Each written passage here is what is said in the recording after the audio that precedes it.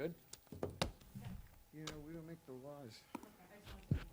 Okay, we're going to open the Board of Selectmen meeting for Monday, July 20th, 2020. We stand for the Pledge of Allegiance. To the flag of the United States of America, to the republic for which it stands, one nation, under God, indivisible, with liberty and justice for all.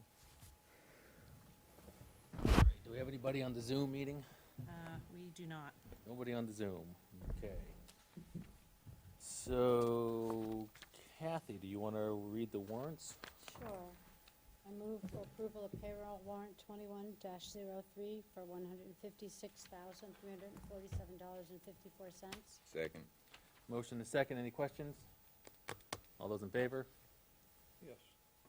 Move for approval of payroll adjustment of $880. Second. Motion is second. Any questions? Any comments? Yes. Question, just, what's this relation to, the adjustment? Yeah, the town accountant just forgot to book 2 police details on the last payroll, so she was making up for it when she reconciled. Thank you. Sure. All those in favor? Move for approval of bill warrant 21-00 for $942,844.79. And it's broken down as follows. $880,245 annual retirement. Annual police and fire injured on duty, $24,300. Annual financial software costs, $20,635.03. Annual public relations costs, $9,588. And other, $8,076.76. Second.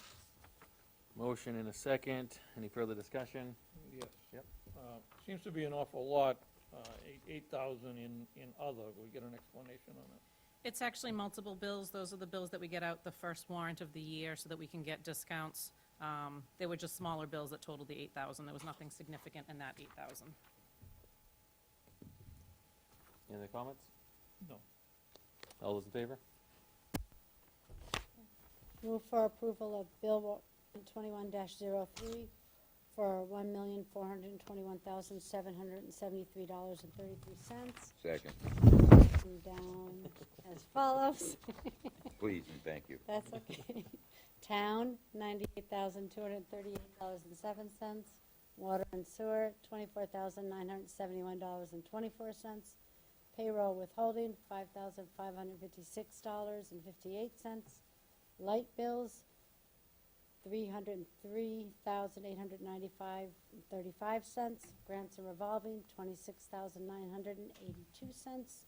Chapter 90, $41,355.86. Pentucket assessment, $920,855.41. You want to do it again? Second again? Second again. Motion and a second. Any further discussion? All those in favor? All right. Thank you. Next up, we have appointments. Appointment of Anita Wright to the Council on Aging through June 30th, 2022, to fill the vacancy left by resignation. I move for approval. Second. There's a motion and a second. Any further discussion? No? All those in favor? All right, we have reappointment of William Formosi to the Conservation Commission through June 30th, 2023. Move for approval. Second. Motion is second. Any further discussion? All those in favor? Right. Next up, reappointment of Brian Connell to the Elm Park Square Committee through June 30th, 2021. Move for approval. Second. Motion and a second. Any further discussion? Yes. Does anybody know where this Elm Square Committee is going? It's been a while since we put it together. We haven't really had any discussion about it. I mean, are they? Thought it had to do with the property downtown that has since been purchased privately, so I'm not sure. No, it does not. Does not have anything to do with that anymore? It never did. It had to do with the square itself and parking and business issues and things with the square. But It we was originally nothing, started for, no? No, that was, we did, that was a committee that was Researching that. dissolved Yes. because the property had been purchased. So we dissolved that committee because the issue had been rendered moot by the sale of the property. And then we formed another committee to look at the parking and basically, what can we do with downtown to enhance the appearance, the, parking and what have you, right? So Rebecca is, sort of spearheads a lot with this committee, and you'll see later on in your discussion, she's asking for one or two board members to sit in on the next Elm Square committee, because they're going to be talking about the parking management plan for the area, and she'd like some input from the board. So they haven't met, like most boards, they have not met since COVID started, but there are grant opportunities that we've got, and we got the Downtown Initiative grant that she worked on, so it's all looking for how to attract businesses, what the town wants to see. We did a survey for Elm Square, so they are moving along, but, Everything's slower. it's limited to what can be done down there and what we want to implement, but they are continually meeting and bringing up new initiatives. So did we have a member that resigned, or? is No, this to so fill these a are folks vacancy? that didn't get back to us in time for the Oh. reappointments. So since we've sent out continuous emails, or letters, they have contacted us and have asked to be reappointed. Okay, got it. So Brian just wishes to continue his seat on the Elm Square Committee. Any further discussion? All set. All those in favor? Reappointment of Jim Bogiasi Bogagias. to the planning board through the next annual election. So Jim was originally appointed to fill the vacancy left by Jim Freer.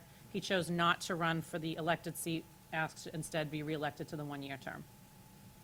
Move for approval. I mean, appointed. Appointed. I'm sorry, appointed term. I didn't Did know I we say could be- elected?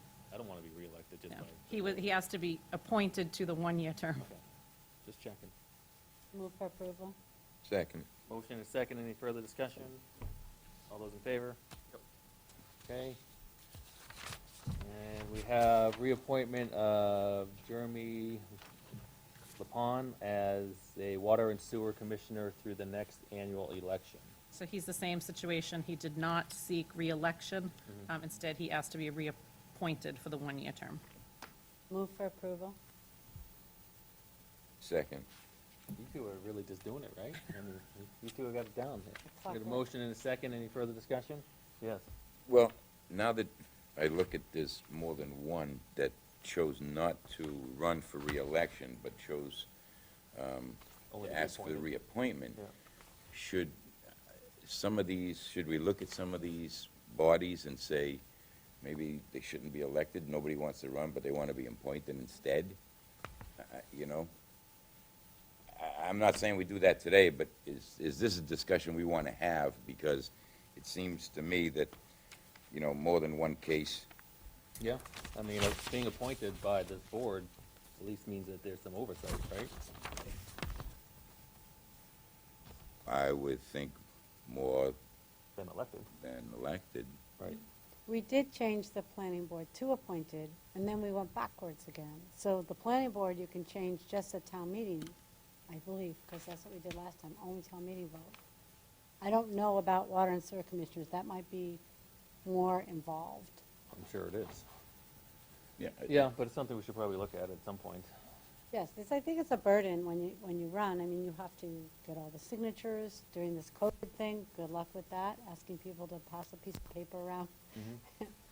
And, yes. And it's been discussed over the last few years that if the town eventually goes to a DPW and/or a town manager, you could dissolve the water and sewer commissioners. This board effectively becomes the water and sewer commissioners for setting the rates, and you have the superintendent manage the department. So you statutorily do not need an elected water and sewer commissioner. And the discussion that we've had, even with the water and sewer commissioners, is the town may want to move in that direction to just not require a separate board and have you all set the rates and handle the true water and sewer commissioner duties. Yeah, that might be a way to go, yeah. Could be that some of these people found it a hassle to get the nomination papers, and with this COVID-19, getting the nomination papers, getting them signed, and getting them back. It may be just an unusual year. We'll see how it plays out next year. Was there There was a motion and a second. any further discussion? All those in favor? All right, appointment of Stephen Bombard, Salisbury, Mass. To the position of Highway Senior Operator Driver Laborer, effective July 21st, 2020. The position has a starting base rate of $26.21 an hour.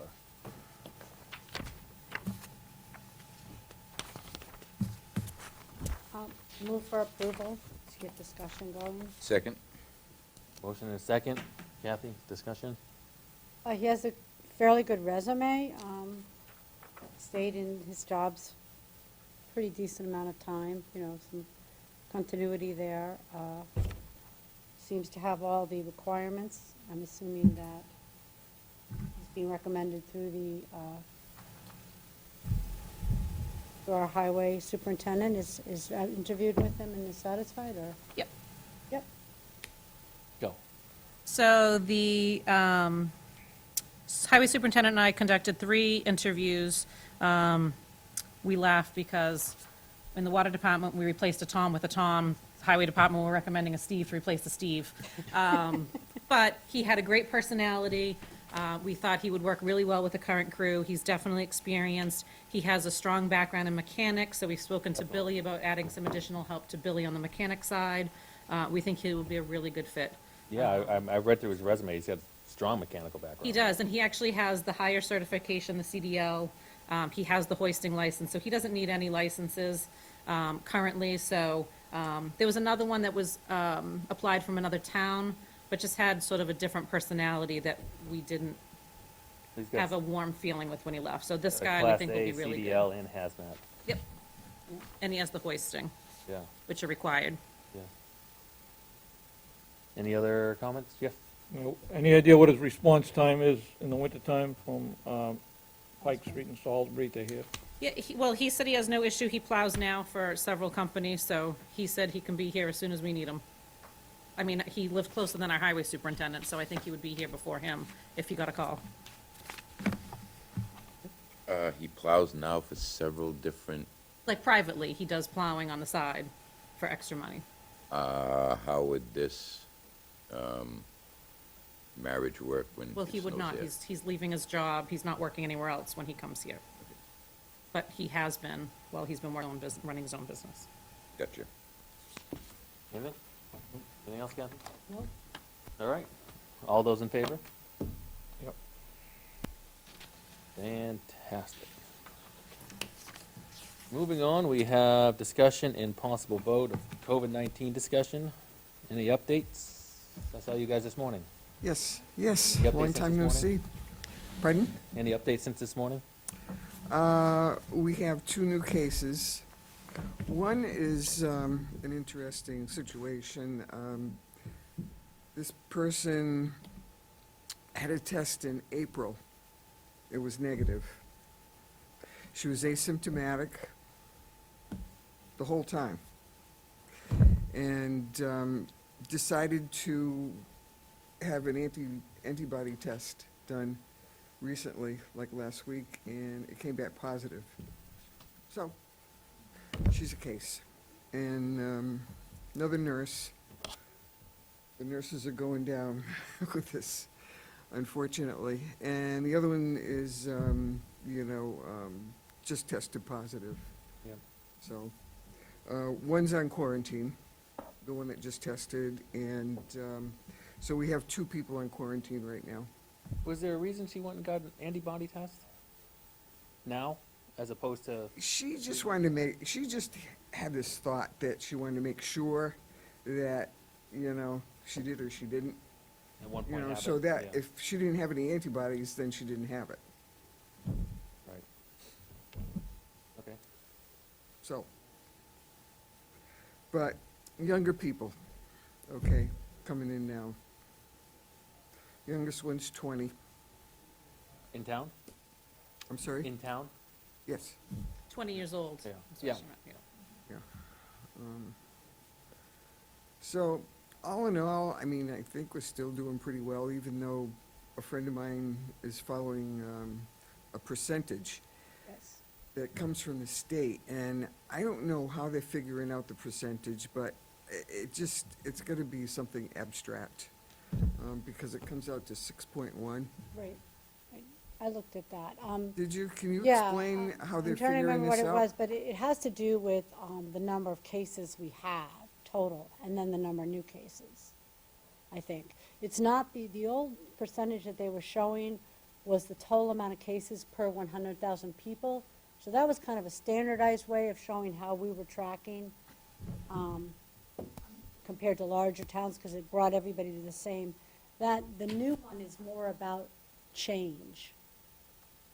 So I believe I'd have to look at it again, but it's not based on our population size anymore.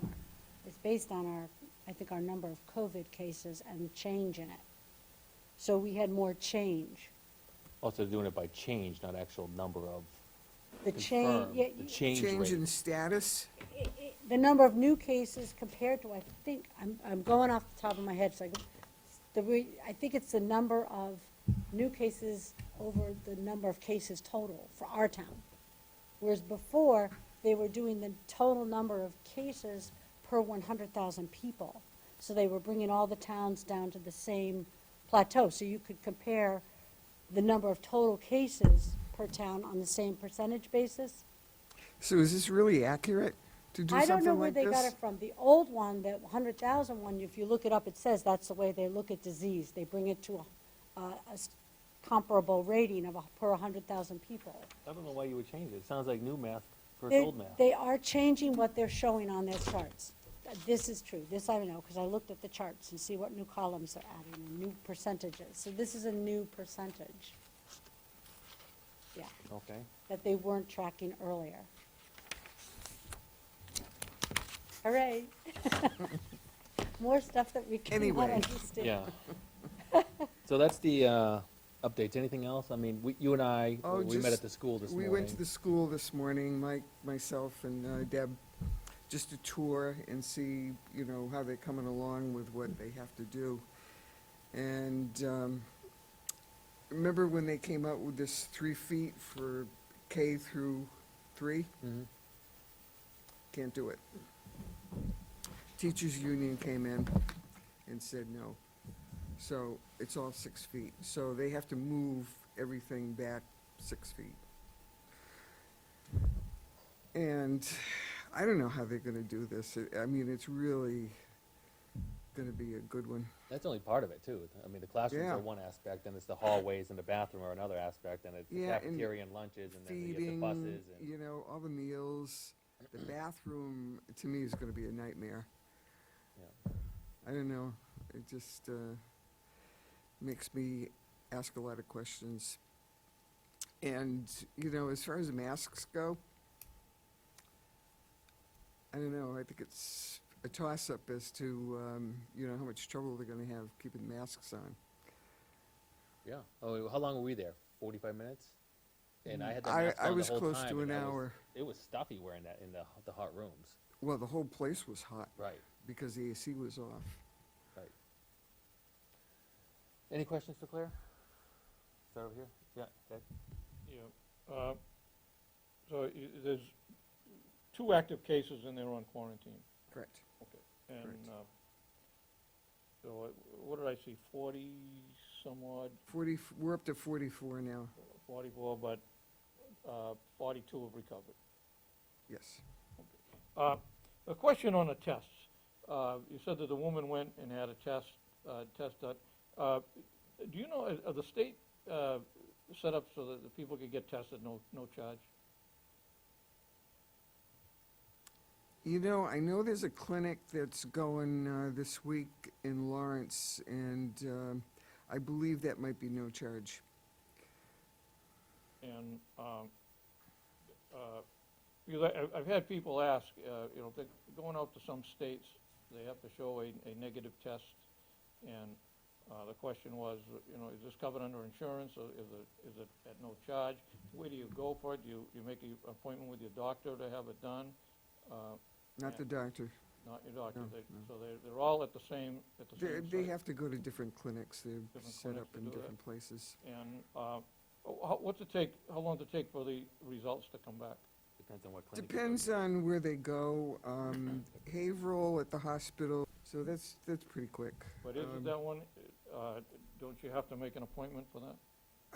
Or can you just walk in off the street? I'm not sure. I would imagine you have to make an appointment, because I don't think it's as busy as it was Had a initially. drive-through, but you had to have a doctor's note that you required a test. Correct. But Denise has more info. Yes, so what I've been referring folks to, because we've had some employees that have been exposed, and doctors are refusing to test unless they have Symptoms. symptoms. The state has started a Stop the Spread campaign in several cities across the Commonwealth, one of which is Lawrence. There's like 7 different sites in Lawrence that you can go with no appointments or just by calling and scheduling. It's free of charge, you don't need insurance. So I have recommended folks go to the Stop the Spread clinics in Lawrence, which is the closest one. I think there's Lowell, and then the rest of them are more cities. Is that just for a short period of time, or is that gonna be indefinitely? Right now, it's through the middle of August. You do not need to live in the cities that it's in order to be tested. I think it was August 14th right now is what it's running through. But if you like Google Stop the Spread COVID Mass or whatever, it comes up with a schedule and all the contact information for all of the clinics. I mean, that case that tested negative is pretty interesting, because she had no symptoms, but she was positive. So, why did that happen? I'm not sure. You know, sometimes people don't have symptoms at the beginning, that's why they have to have some symptoms. Lots of times before they get tested, if they don't have the symptoms, they're gonna test negative. But if they get symptoms like 3 days later or 2 days later, then they'll test positive. Now, the antibody test, where do the people go to get that? And what's the cost of that? Is that also? I have no idea on the cost. I would imagine they can do the antibody. I would ask people to call their doctors to see where they're doing the antibodies, because I don't think they're doing them everywhere. You don't know if they're doing them at the Stop the Spread clinics in Lawrence? They're not doing the antibodies at those clinics. Yeah, That much and I know. Was there anything on there on where the people go for that? No, I didn't see that. But I haven't really looked for that. I haven't either, but we can find out. Easy. Okay. I'm all set. Yeah, a quick question, getting back to the individual that tested negative, tested positive, isn't that characteristic of an asymptomatic person, that they have no symptoms, but they are in fact, The first time she was tested, she really didn't have any symptoms. she didn't have any symptoms, She didn't have any, so she was tested too soon. and she If tested she had negative? waited 2 days, then she would have been positive. So the first time the individual tested, they tested negative, and they were asymptomatic. Correct, And then later on, they became symptomatic and tested positive. correct. Okay, that makes a lot of sense.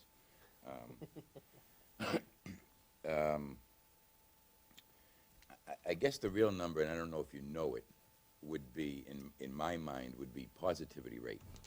For every 100 tests we perform, how many come back positive? That might be So- the percentage.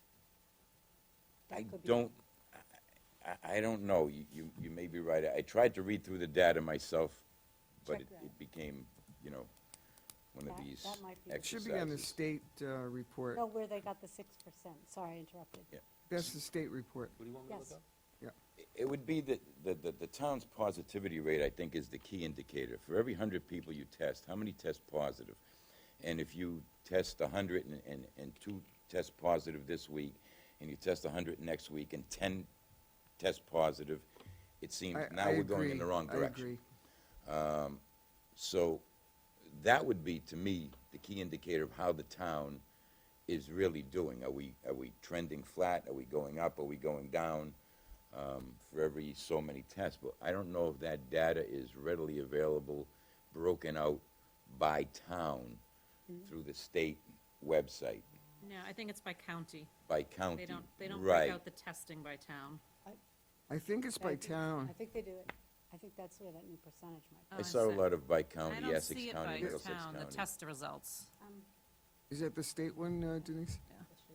I was looking at it. Because once you get to that number, the rest seems to me, it's a simple mathematical formula. The numbers may vary, but there's enough data out there now that says, so many that test positive, so many % of those will end up in a hospital. So many % of those will end up needing a ventilator. So many % of those will end up dying from it. The numbers may change percentage a little bit here and there, but there's enough data out there now that you can pretty accurately predict what's going to happen based on the number of positives. You'd have to make a larger group, you couldn't do town by town. No, that would be difficult. I'm just relying on national data, and number of deaths and just extrapolating numbers in my head, doing it math that way, The other thing, I don't know if we can do it or if it's been done already. The link to that, those rapid tests that Selectman Watson was referring to, can we put that up on our website as just a link so that when people have these questions that Selectman Watson brought up, if they go to our website, we have a link they can just click on and it takes them right to the Mass website or where these rapid test kind of things are going? Maybe that would be beneficial. I don't know if we know can where do it. rapid tests are. I know where the Stop the Spread Yeah, is. yeah, but- yeah, yeah, but that's We have a what whole COVID section on our website that when you go to it, takes you to any state page. So since this started, we have a whole COVID section. I can add the Stop the Spread link to that, but it's got all the state links, it's got unemployment links, it's got services available, so we have a new section on our website that I can add that Supposedly, to. there's 8 testing sites, free testing sites around Eastern Mass. Right. I know the governor announced that last week, I think. Everett, Chelsea, Bear, Lawrence, Lowell, Marlboro. yeah, Marlboro, Fall River, Lawrence, Lowell, Lynn, Yep. New Bedford, Chelsea. Chelsea, yeah. So maybe that would be beneficial to some of the residents, but, wouldn't have to ask the question. They could just go to the website, click on the link, and find out where they can go pretty quickly. Masks, difficult, become political. What are your views? Are they good? Are they bad? What are they? They're good, Should we wear them? yeah? Why? Have you been listening to everyone? Well, I've been listening. I listen to a lot of Doctors people, and a lot of people tell me that it's about personal freedom too. And I try to This has equate that to nothing do smoking with in this politics, room okay? or driving This is- drunk. This I have is to. medicine. This is medicine, okay? If you're close to someone and they have a cold, you're probably gonna get the cold, all right? Because you're gonna inhale what's coming out of their mouth, okay? That's how it's transmitted. So this is the same thing with any virus, does the same thing. So you want to protect yourself, and the other person wants to protect themselves. So masks are good. We should all Agreed. wear them in public Absolutely. when we can't social Absolutely. distance. It's a good idea Mhm. to help protect ourselves and others I around mean, us, if you're right? walking along in the street, fine, but if you're going into the grocery store, pharmacy, wherever, any place, those places, you need to wear your mask. And I know that if you go into southern New Hampshire, there's some stores that really don't require them. So you're gonna see people without masks. Well, that's the challenge, right? That every town, every state, every country is different. So, Well, someone like me, I can hold my breath till I get past them, but it gets a little tiring after a while. right. But, you just get in and get out, or you do your shopping online, Anything else, Bill? because they're not enforcing it in some places. Not all of them. Some of them are saying, mask required for entrance.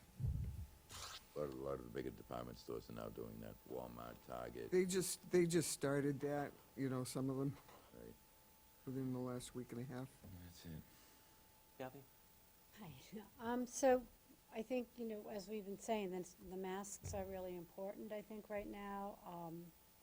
Is it an infringement on my personal freedom? I guess I don't look at it that way because I can still go get the groceries I want and go into the store if I want to go into the store. If I don't want to go in the store, if I don't want to wear a mask, I can order it online, pick it up. So I have some options, and this is all in place until we have a vaccine.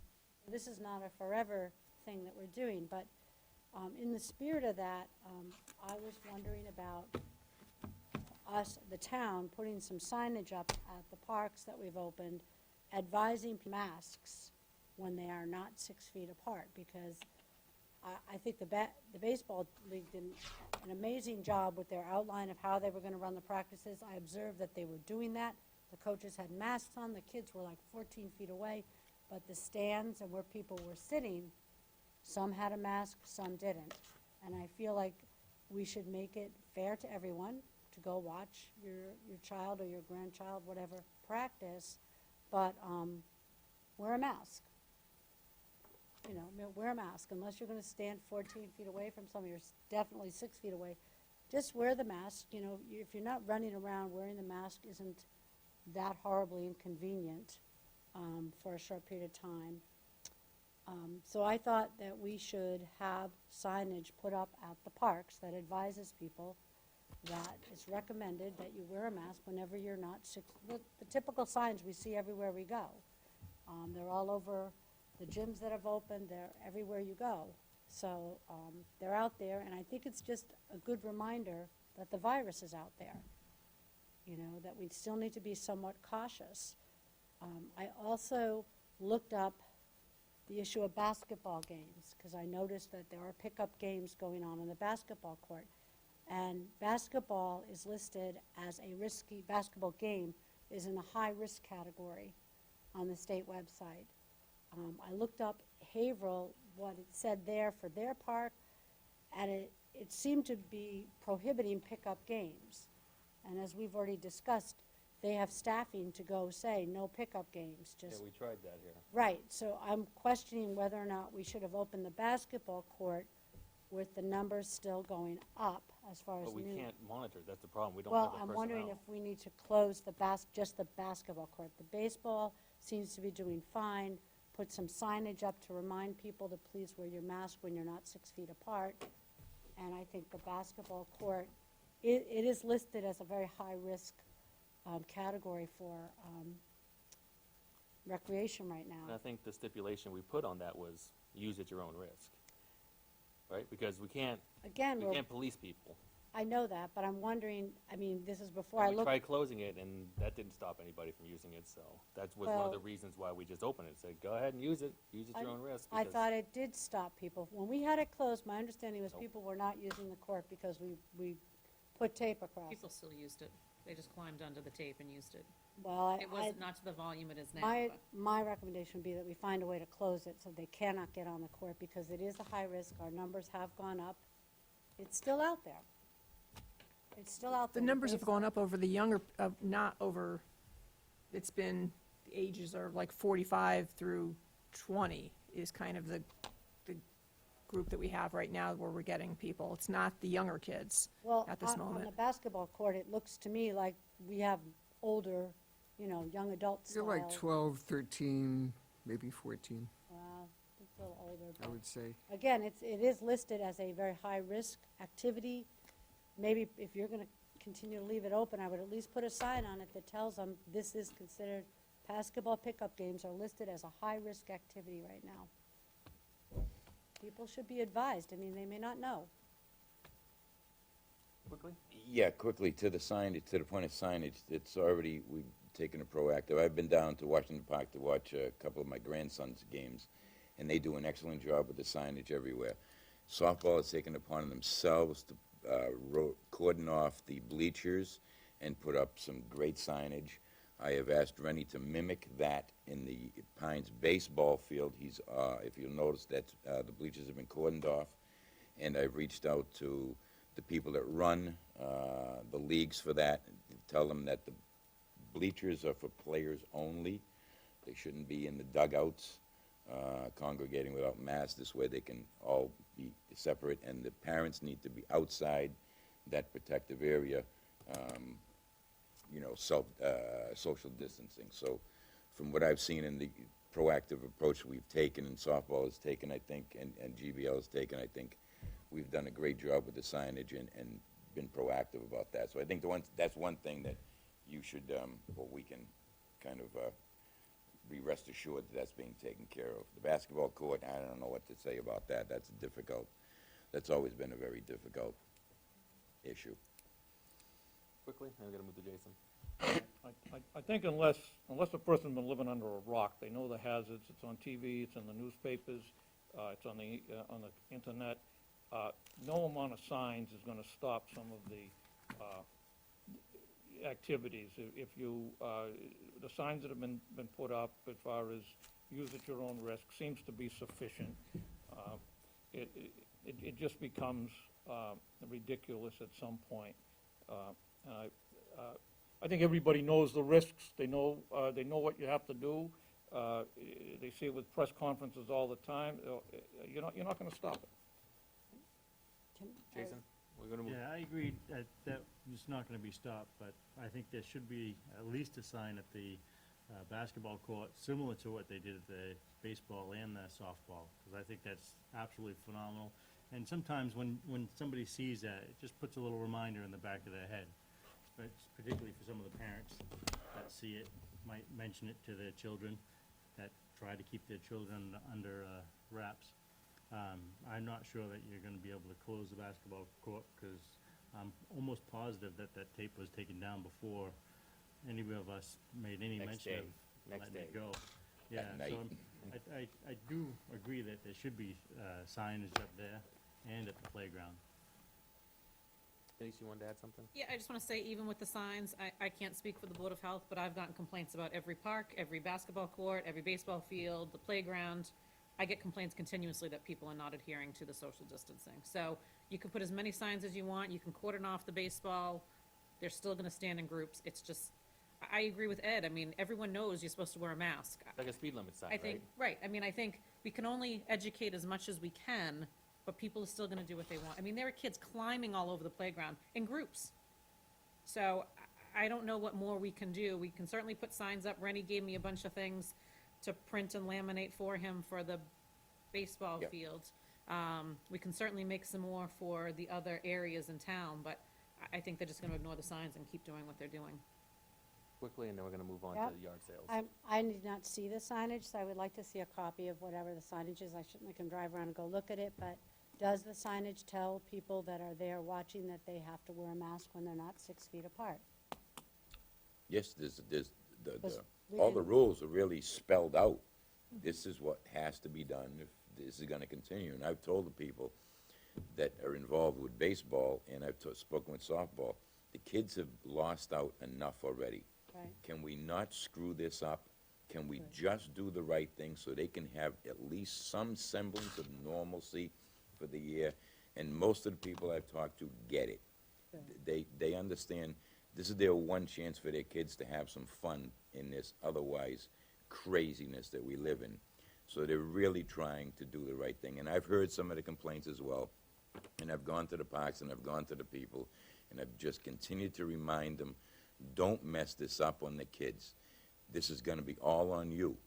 If we shut this down, if folks like Miss Walsh and Deb go down to the parks and say, you know what, you're just messing up all over the place, I'm gonna call the police and we're gonna have a escort out of the park. We just don't want that, so Right. strong reminder that everybody just continue to do the right thing, and, you know, hopefully, cross our fingers, we can get through this. All right, yard sales? Pardon me? Yard sales, there was, Yard sales? Yeah, so the question has come up again, if we're gonna start authorizing yard sales to take place in town. The last time we discussed it, everyone was agreement that no, we were not ready to do that. The clerk has asked me again, because she's gotten some requests. I just have one last thing on the fields.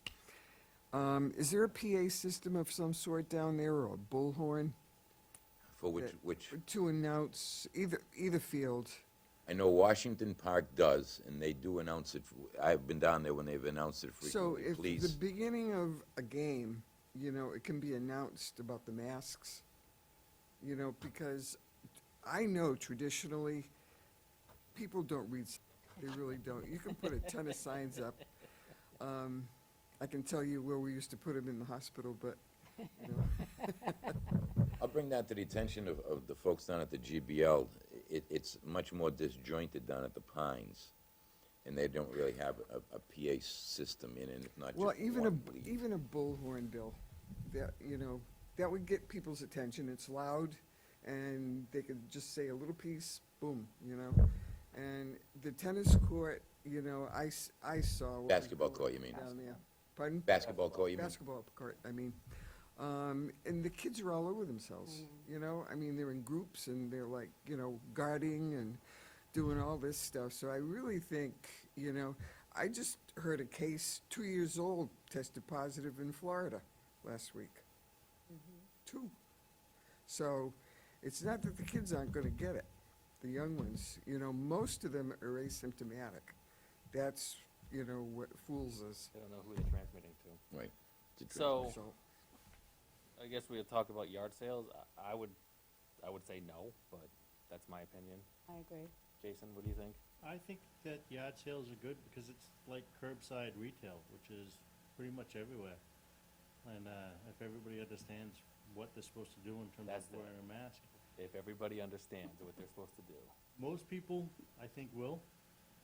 And if the few people that don't, they're not gonna be doing it anyway, regardless. So it's hard to take away those privileges for the people that do the right thing, for the few people that don't. I think that's a hard thing to control, because we have an indoor flea market at VZ every year. We haven't had it this year. I thought maybe we'd be able to have it in the fall, but, you know, we just can't take a chance. We really can't, because, you know, inside it's a little closer, you know, and, you know, there's not as much room to move around as there is outside. But still, you're gonna get, like, a whole bunch of people around a table. They're touching And- the same things as they're picking stuff up. Yeah, Right, that's the I thing, don't- is I just don't think Pick it's something up, safe. you look at it, you put it down, and somebody else comes and picks something up, look at it, put it down. It's, Ed? Yeah, I agree with everybody, for and against. You know, you're outside, you don't generate a lot of people, you're not gonna have people tripping over one another. The only thing is the spread with picking items up and looking at it. And, you know, maybe at VZ Park, you get a tremendous amount of people, you do a lot of advertising.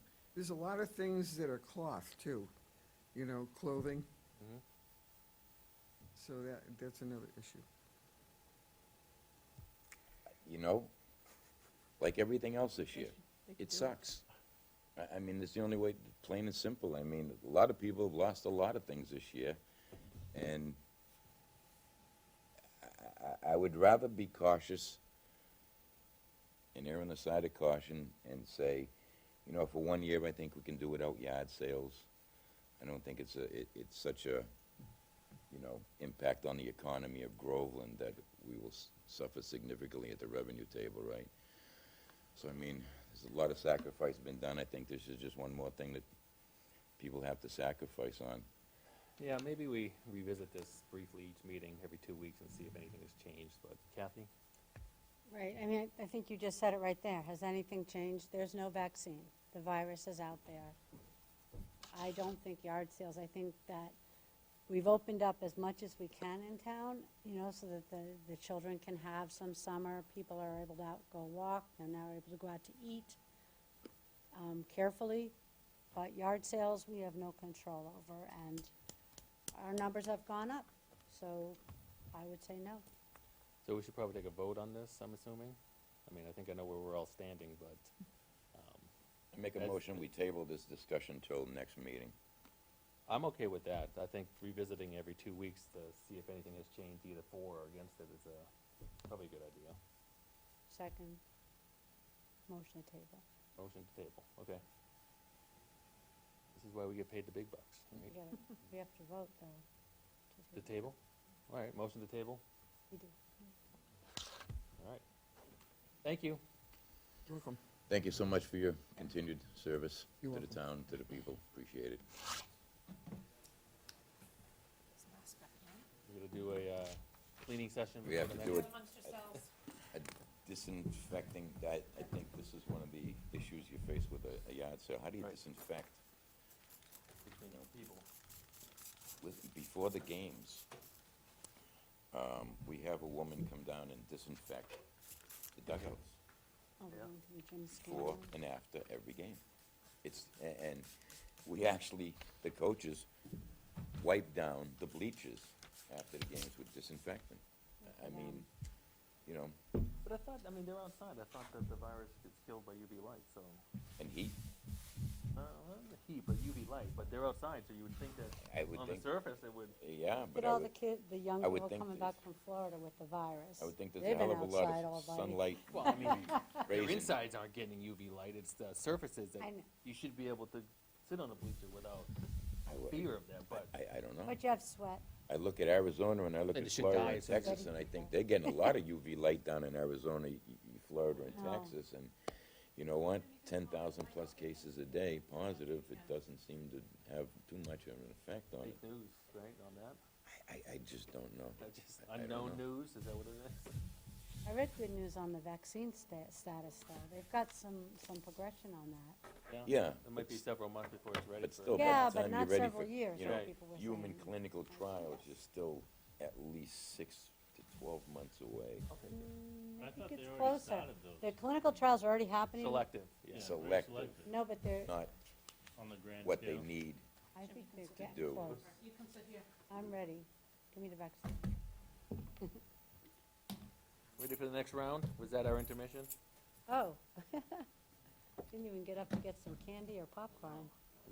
I know, we had no candy. Denise, where's the here today. candy? Oh, I'm sorry, Denise. Not very sanitary. I shouldn't have said anything. I you go. misspoke. I shouldn't have said a word about that. Gotta sanitize the wrappers. Can we just dump it in alcohol? You could have sprayed that fancy stuff on, I still ate it. She'll eat it. Full of vodka. Yeah. Some They'll vodka. float, won't they? All right, next up we have Finance Director Transition. Jim Scallion, Finance Board Chair. Hi. Jim Over to you. Sca- Make sure you talk loud through the mask, please. I'm short. Can you hear me? I can hear you. Great. Jim Scanlon, 42 Center Street. I'm here tonight to discuss the finance director's leaving Groveland, going into another position. I'll put some context in the memorandum that was published. The finance board met early in July, and one of the agenda items was that we weren't up to date on what was going on with the finance director position and when Denise was going to leave and when she was going to start. So it started out that way. On the way to that, there were some concerns expressed about Denise does a lot. It's more than just the duties and responsibilities on her board. So she does a lot of tasks, which when Ruth and I met with her, she provided a list of bulleted items that we kind of reviewed. Those bulleted items and some of the major tasks that she had, that the finance director has, there's no assigned person to take that over, even in the interim, from what I can tell. So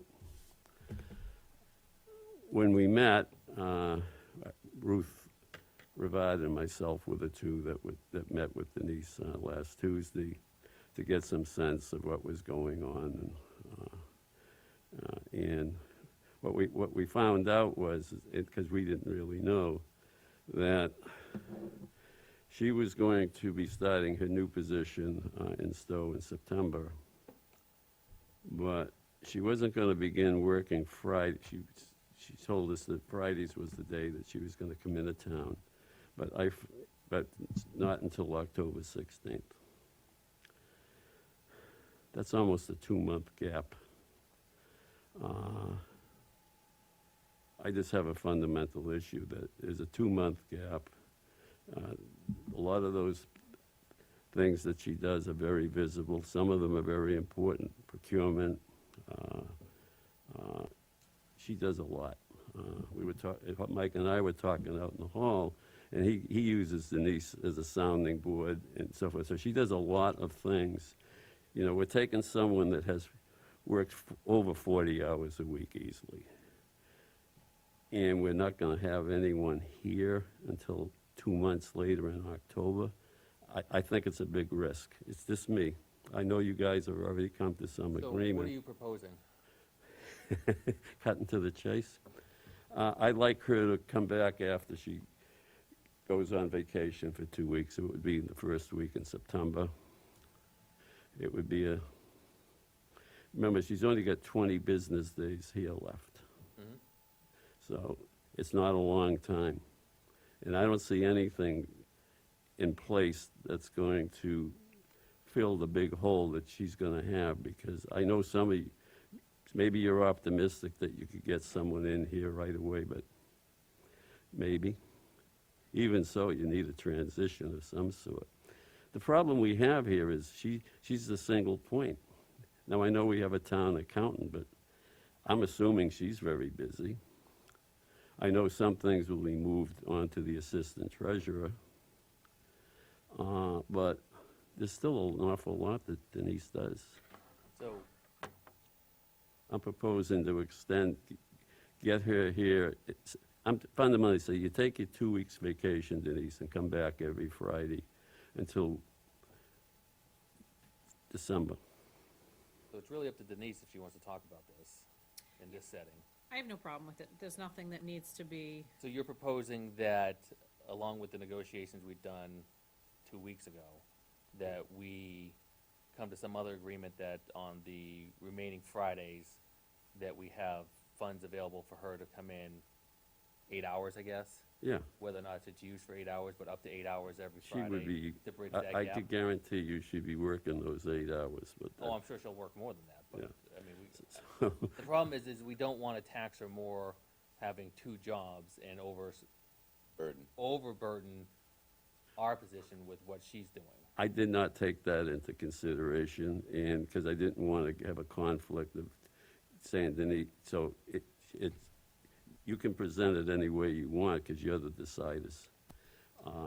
I don't know if Denise is willing to Well, do if it. there was a lot that was up to me, which very little is, this would not be the situation that we're in, you Yeah, know? well, we know that. Denise would've come Second to that. us, we've would've made some arrangements, and then things would've just carried right on, but that's not the world we're in. So, we have to figure out what we're going to do, in order to lessen that burden of that gap without overstepping our expectations of asking Denise to do things, because that's all we've done for the last 6 years. But There goes a hand.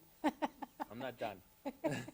So, I'm on board with doing whatever the finance team is comfortable with, whatever this board can financially afford, to make it easier we're on talking, everybody. what, $500, it's what, $3,000? We're going to quibble over that. Well, if you're doing the front side of it as well as the back side of it with the vacation, you're looking at more like $5,000. Yeah, well, Well, we gotta, I mean, we don't just print money. all I digitize know is you money. got 20, We you gotta got have an 20 idea of work what we're days, working with. okay? And there's no handing off of the work cleanly here. Yeah, Denise, So, like I Just ask said, a you're the point of order. deciders. I'm only presenting. what's the point of I order? just want to make sure. So we've already done the executive session, and I'm open to looking at things again, but I want to make sure I understand where we are right now with this discussion. Are we going to actively engage in a negotiation in open session? Is that what Denise has just agreed to? Or, I'm just, want to make sure I understand where we are. Are we just talking about the memo right now, or what? What's going on? me? Yeah, you. Well, I don't know. Well, I just Go ahead. wanted to wait. So I'm fine with that. So the night we all met in executive session, I expressed concern that the Fridays were not starting until October, and you guys were like, no, that's fine. The fact that it's a 2-month gap, I have concerns with, because I don't know what I could possibly accomplish coming in after 2 months and trying to sort through work that hasn't been done, or having no procurement being done for 2 months, or having no job descriptions written for 2 months. I would personally feel better if I am assisting you all to start on September 4th. I waive rights to executive session. We don't need to go into executive session to have this discussion. I've been very public about my transition and what I would do for the town. I appreciate the thought of being overburdened, but I actually think in the beginning in Stowe, I probably will not be working quite as much because I have to get into the groove there and learn things. So I'm comfortable being able to work in both communities, starting in September, if that's what the board wants. I will tell you, I know Mike has, I told him a few of it. So, one of the other items we'll need to discuss is, so we have received some resumes. Again, what we discussed in executive session was, the way my vacation works, you really couldn't have anybody start until mid-October unless you offered a lower salary and there was money available in the budget. So again, even if the perfect candidate was here and could start tomorrow, you still have a finance issue with overlapping of the funds. So you really couldn't have someone start, depending on what you're paying them, until mid-October anyways. Again, I just get concerned that there's a 2-month gap and certain things that, when I met with Jim and Ruth, we got a little frustrated with each other because Oh, yeah. Jim's trying to get to the bottom of procurement, and you can't get to the bottom of procurement. It depends on what you're buying, how much it is, what project it's for, if you need work, if you don't, if you need labor. I mean, it's all, you can't just hand that off to someone that's never done procurement. And there's nobody here that has ever done any aspect of procurement. So, I'm trying to wrap up capital projects that we've worked on, trying to get CPA projects underway. But if those don't get underway in the next 20 business days, they're gonna sit there until either someone's here or I come back in October. Right. So I do have general concerns just about keeping things running, that kind of stress me out, having to worry about. Can I ask So- Denise one Wait question? a second, so Just- those Fridays, would then reallocate vacation time that's back what I was into getting. that play. So we'd actually be looking at paying you on those Fridays for the time you're here, and then also going back and paying you those vacation time that you wouldn't be using on those Fridays. Right, so it's definitely 4 Fridays. When we came to the initial agreement, I have a doctor's appointment on one Friday and a potential COVID pending weekend away. So it could be 5, it's definitely 4. It just depends on whether or not my vacation plans, because it's Maine and they have those restrictions currently. So yes, so again, there's 2 ways to handle it. It's either you then add those 4 or 5 days at the end to the buyout, which I know you didn't want to go over the 30 days, because that's what my contract stated, but that's why we met to renegotiate the terms of that section, or we could do it right now. Or it's an additional week of vacation that you pay me at the other end, so that it's not coming out of the buyout, it's coming out of regular vacation time. But yes, those Friday vacation days would have to be allocated somewhere Somehow. else. I don't I care like the how you want to vacation do it. thing, but that's just me, that's my first assessment. Your head's spinning. Well, we'd be Wait, doing the Jason's- contract rate, It's right? Jason's point, Yeah. please. No, I'm good right I now, just wanted to You- get, Okay, you don't have any questions or anything? not yet. Ed, No, almost, no questions, no, nothing? no, yet. Yeah, maybe it's just my recollection that it's not quite right, but I thought at the last meeting, too, we moved to, as rapidly as possible, bring in an intern, or an interim finance director, to blend with Denise's time, so that it would be as smooth of a transfer of the baton as possible. And I thought we had discussed the funding for that the money was available, it was there. So now I'm confused on the gap. Well, the gap is she's not here and things are gonna come up. Who's gonna do the work?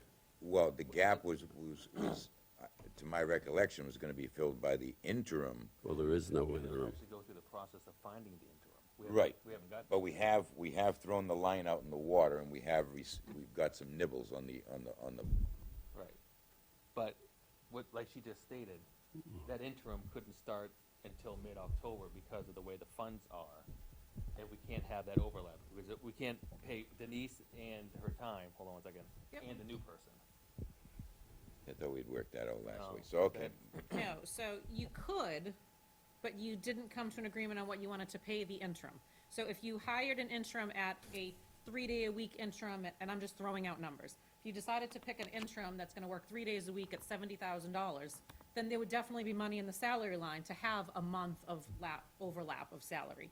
If you decide to pay them what I'm making at $120,000, there's no extra money because you're paying me out of the salary line. That was my initial concern when I came to you all, and I said option 1 would be the buyback of all the vacation time that comes out of the separate personnel buyback account that wouldn't affect the salary line. So if you chose the lump sum, There's no continued pay on the salary line, and you could hire someone immediately because it frees up the salary line.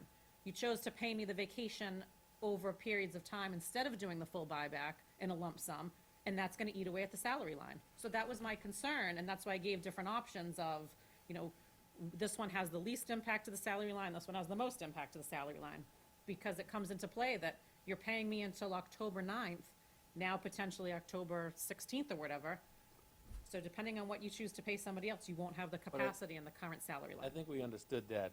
And then we went with option E, which wasn't any of the options, and we kinda made up our own, and I thought we had covered all those bases. You covered it because your expectation was that you wouldn't have anybody available anyways. Right. By the time you go through the process, you interview, you pick somebody, they give a notice, 2, you're 3 probably months. looking at 60 days anyways before someone could be available to start.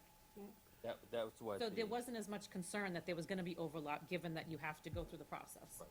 Right. That's why we went that way. Kathy? Yeah, so, and I think this is something that maybe we didn't give to your board to make it clear, that we were working on a 77.5 day vacation carryover, okay, that needs to be accounted for financially one way or the other.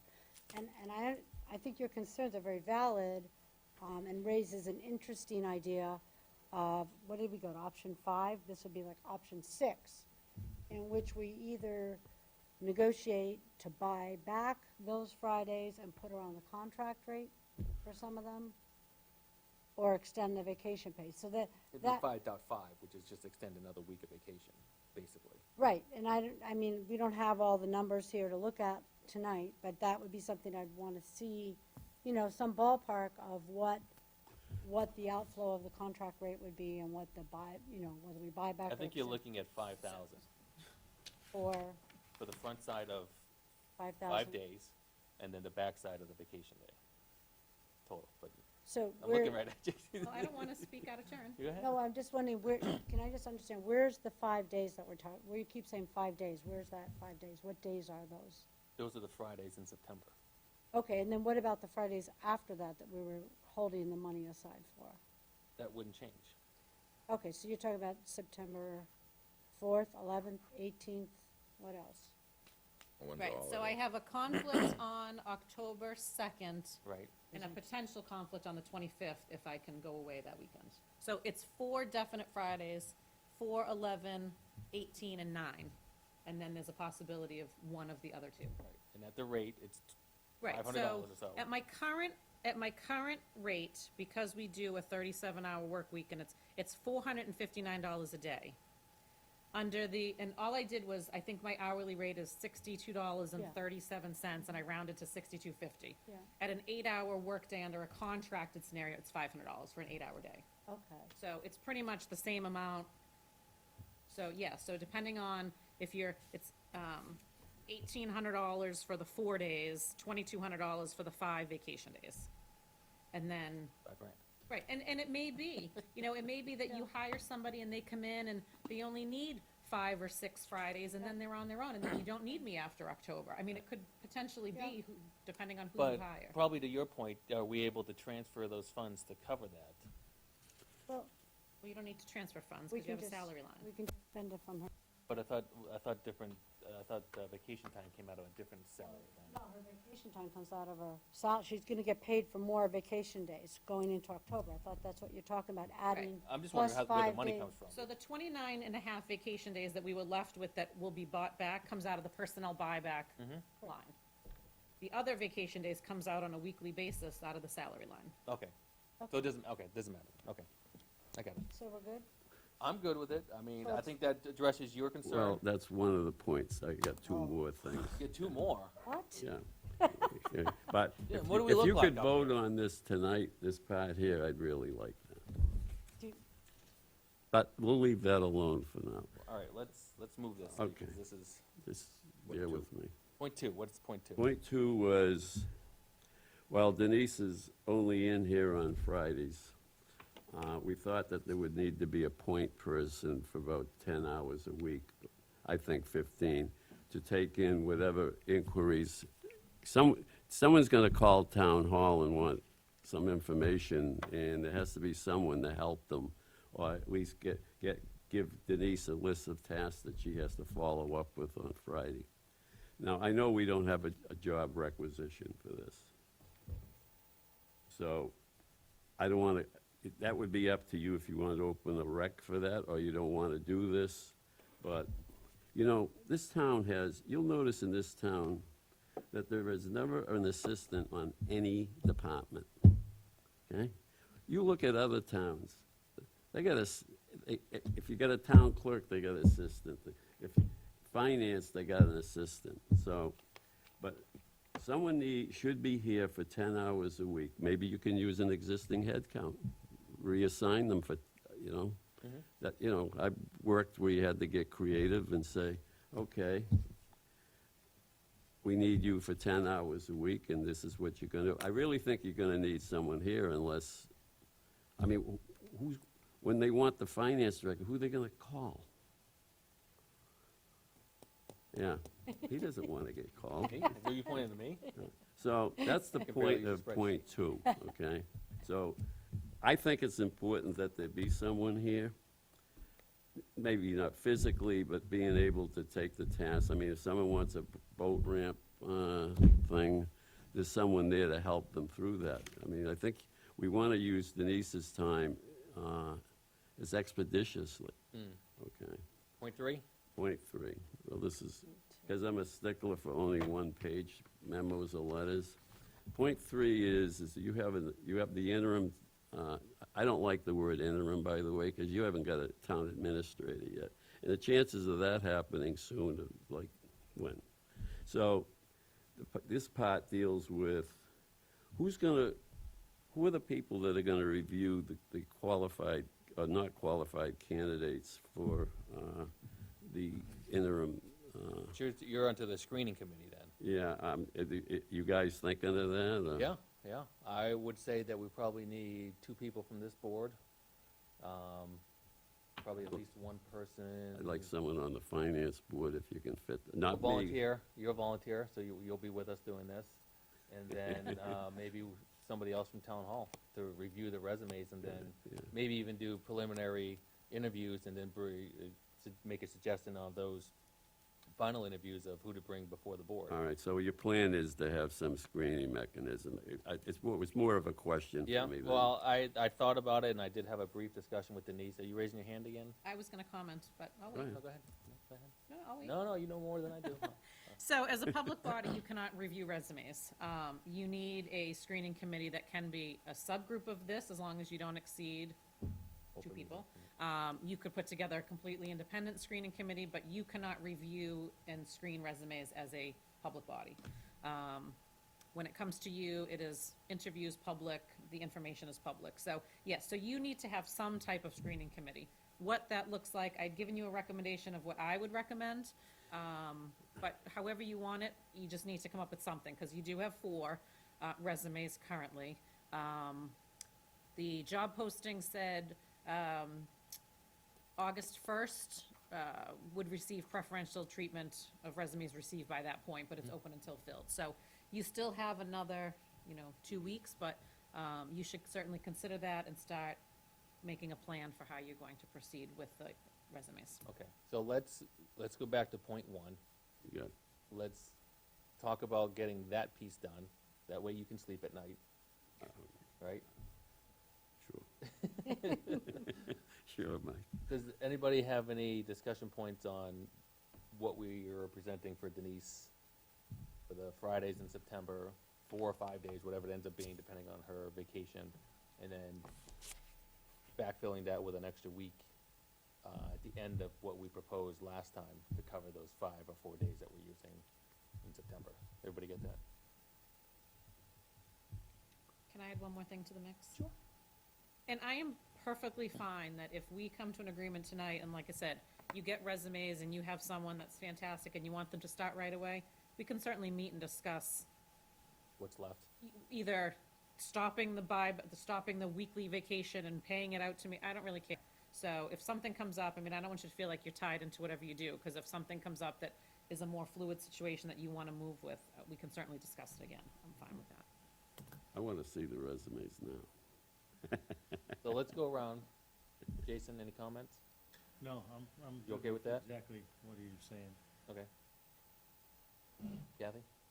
Okay, so, yeah, I'm just trying to like map it out, because I like to see what I'm voting on. picture. So, when we met, originally, our giant brainstorm, which actually, yeah, wasn't the best ever, but it was something, was to have Denise in-house till August 13th. I think that was under option 1 or 2, and then we combined it with option 4 and extended the paid vacation time up to October 8th or 9th. Do we know that date? The Ninth. 9th. The 9th. Okay, so that was a Friday then. So now we would prefer to have, to be gone 2 weeks completely in August on vacation, right? Following August, So if I may, that was not up for debate with me. My Right. last day was gonna be August 13th, because I have, August 13th, Yes, correct, okay. so, yes. So that's counted now towards your accrued vacation. And then bringing in just now 4 days of vacation, so we'd have her back in on September 4th, September 11th, September 18th, September 25th, It may be one other. and maybe October 9th. No, you had a vacation date, vacation plan. so the 4 definite days are the 4th, the 11th, the 18th, and October 9th. Okay, so September 25th is a possibility, depending on if I can go away or not. Oh, And okay. definitely not October 2nd, because I have a doctor's All right. appointment. Okay, so we're gonna leave this kind of flexible. Mhm. So, okay, so we voted kind of as a rolling target sort of thing, yeah. Yep. And then, depending on whether we get somebody in-house, we still have Denise available October 16th, 23rd, 30th. Yeah, I'm free Towards on the the- Fridays, so I'm not working in Stowe on the Fridays until Okay. January 1st. Or January 1st. Okay, so, I'm not sure how we vote this, because I it's have no kind of idea, but- rolling. But I think our flexible. initial thought process a couple of weeks ago was, we needed to have someone on payroll statutorily, right? Correct. You need a treasurer collector by statute, Right, so that we were yes. trying to get that as far out into the Yes. future as we could. And now we're going to get that even farther. We're gonna get that, and we're gonna get Jim to be able to sleep at night, so that's gonna be helpful for everybody. Bill? No, I guess, not based on this information, we have to put together a screening committee before we can hire someone. You're looking at a while, so, yeah, I would make the motion that, But we're on We're Denise's on- stuff now, Right, that's. you're right. and then we'll go back and then we'll Right. do the motion for the screening committee and who's gonna be on that. I'm just going on her stuff right now to extend her Yes, Fridays, Friday and that pay. 5 hours. And this 5, is a motion? I know, this is a motion? yeah, so we can, Okay, Jason? I'm ready. I think I've heard enough that I realize what needs to be done. That we extend Denise's Friday work schedule by 5 weeks, is that it? Pull it in earlier. Right. But not extending, I would say, Adjusting? what's the opposite of Could I- extending? Can I take a chance on the motion? 1 second. You're not saying it right. What's the opposite of extending? Because we're not extending, we're pulling it in. Recapping, regrouping? I would I would maybe make a motion suggest- Denise works on Friday, September 4th, 11th, and 18th, and we roll out the vacation as needed to take up the rest of her accrued vacation time. There you I- go. Is that in the motion? Yes, So- that's a motion. To work Second. Friday, starting September 4th, vacation will be adjusted accordingly. So if I do Correct. the 5 versus the 4. Exactly, Is that, yes. That's a motion. I Is there a second. second? All right, further discussion? okay, Ed? so wait a minute. So Wait, Kathy almost made the motion then? Yes, I did, September, I said Okay. September 4th, 11th, Well, and it 18th. started with Bill, then it morphed into Kathy. Okay. I like the dates. Ed, you okay with Almost. everything? All right. Jason, you're okay with everything? Good. Kathy's okay with everything? Mhm. Bill, you're okay with everything? I'm okay with everything. I think that puts us in a better spot. Yeah. We get a long-term Everything finance else. director on our books for as long as possible, and we get the coverage that you're concerned of. Yeah, I think. All those in favor? Unanimous. Moving on to screening committee, yes, we do need to put that together. I'll volunteer to be on that if the board wants me to be on that, as much as I can anyways. But it's up to the board if anybody else wants to join it, or if they wanna maybe come up with another plan. I'd like you to be on it. I'll you go. All right, me and Jason, is that good? Jason and I, sorry. I have no problem. Can we discuss how many members the Nope. committee's going to be? So let's make a motion from somebody that Jason and I are on this screening committee. I'll move that Jason and Mike Wood are on the screening committee, and we need 3 more members. Can we vote to form a screening committee before we actually vote members on a committee that doesn't actually exist yet? Okay. Just put the cart before the horse. You Oh, want 'cause to he make a gone. motion to form a screening committee? Make a motion to form a screening committee consisting of 2 members of the Board of Selectmen, 1 member from the Financial Board, and 2 other people with good intentions. Somebody from Town Hall and Yeah. citizen at large. Okay, Second. All right, make sure Denise has all that, because there was a bunch of people talking. a friendly amendment, if a citizen at large is difficult due to the COVID, just another member from within our town government or town hall would be fine with me. I couldn't hear that, Kathy, I'm I sorry. said if the citizen at large is difficult due to the COVID, then I would be all right substituting in another member from a department who's interested in helping, or a member from another town board who's interested in helping. So I was just, so I guess 2 questions on That's that. my Are concern. we soliciting a candidate at large? I will say, I got contacted by someone before town meeting when they read the warrant and saw the assessing article, where it talked about the structure of the finance director position, and they reached out and expressed an interest to be on a screening committee. Oh, That was before I gave my notice, but she is available. She said she has HR experience. Okay, I can perfect. certainly forward her name, so she Then would be a fine. citizen at large. there you go. I don't remember her name off the top of my head, but she reached out, and so All right, so we have. there is one available if she's willing to. We have a motion. Yep, and Bill seconded it, right? Mm-hmm. Bill second, all right. Any further discussion? Ed? No. Bill? The motion is, just so I'm clear, to form a screening committee made up of 5 members, to include 2 Board of Selectmen members, 1 Finance Committee member, and 1 Town Hall member, and 1 citizen at large. Yes. Can I clear, is it town hall or town employee? I put the town department member. They don't have to be in the town hall. Okay. I mean, is that all right? Um, Town department. Does it matter whether they're a resident or not? Because we do have people that work in town hall that aren't residents. No, I don't Do think we? I don't mind. Matter? Doesn't matter to me. And their sole purpose is to screen Review potential resumes. candidates to fill the vacant finance director's job. And interview. Does this board want to set how many people you would like to interview, or do you want to leave it to the screening committee to put forth however many are qualified to be interviewed? Some are like 3 to 5, they want to, it depends on how you want to, as a full board, what numbers you'd like to see. Well, as the board member, I only want to see qualified people. I don't want to see everybody, but I know Ed thinks differently on that. He wants to see everybody. No, No? qualified. If there's some people that aren't qualified, then we Right. don't need them. So you leave it to the screening committee to just put forth the candidates that are qualified? That'd be my Yes. choice. I want to, yeah, leave it to, I mean, that's what we, All right, so we got a motion and a second. How about a third? Went this way. Kathy, any further discussion on that? Jason? All right, all those in favor? All right, we got a screening committee. Fantastic. Now, let's, make a motion that Selectman Wood and Selectman Naves become the 2 permanent Board of Selectmen members for the newly established screening committee. Second. motion and a second. Any further discussion? All those in favor? Abstain? You don't need to abstain. I did. So let's get someone to nominate Jim to be on it. I know he wants to be on it. Well, you mean. Ruth has a well, financial background. But Ruth's not Nominated here. for what, the selection committee? It'll Screening. either be Screening. Ruth, I will option it to Ruth if she can, I'll do it, but Ruth Ruth is on the phone, and I can text her if you'd like, but I thought no one was on the phone. she joined just for this conversation. Well, should we let the Finance Committee meet and then discuss who they'd like to? No. I'd like to vote. No, he says. No. No, what, you afraid they're gonna nominate you? Let's not make it Yeah, complicated. let's get this back for our next meeting so that we can act on this. Get a letter out or note out, email out to employees at the town hall, if anybody wants to be on the committee.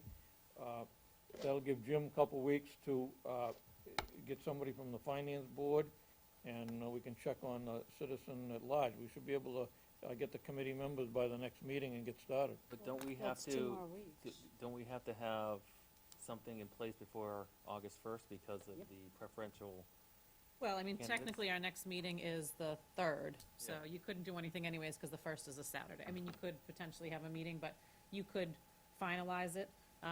Ruth said she would defer to Jim if he wants to be on the committee, or she would back you up if you don't want to Can we be. go unnamed for now? Someone will show up? Yes. And then I will reach out to the resident. Why don't you give me the resumes now? Okay, so that ain't bad, 2 out of 3 so far. I'll reach out to the resident and see if she is interested in serving on it. And I'll send you, Mike, I can send you her email if you want to reach out or if you want me to reach out. If you want to post us for just a quick come in and vote the appointments, I'll stop in and vote. Or you could certainly just vote on the 3rd and start right away. It's however you want to do it. Gung ho. Not how I want to do it. It's what the board wants to do. Jason, what do you think? No, I'm good. Very quiet today. You good? You good with what? Whatever you guys decide. No. You're on this board. You get paid the big bucks. You got to make a decision one way or another. You don't care either way, basically. No. Okay. We're not gonna be able to do anything till we meet again, so unless we plan on meeting again prior to the 3rd. Yeah. Nothing's gonna happen, because she's still gonna get in touch with that person, and that person has to agree, and we still have to find somebody from town FinCom. hall. And you may have Has been some multiple people from recommendations. town hall, so you may need, or town departments, so Okay. you would need to discuss that and pick somebody. Yeah. Okay. I mean, you may not, I don't, but I'm just saying, you may have multiple We people. may have other interested candidates from,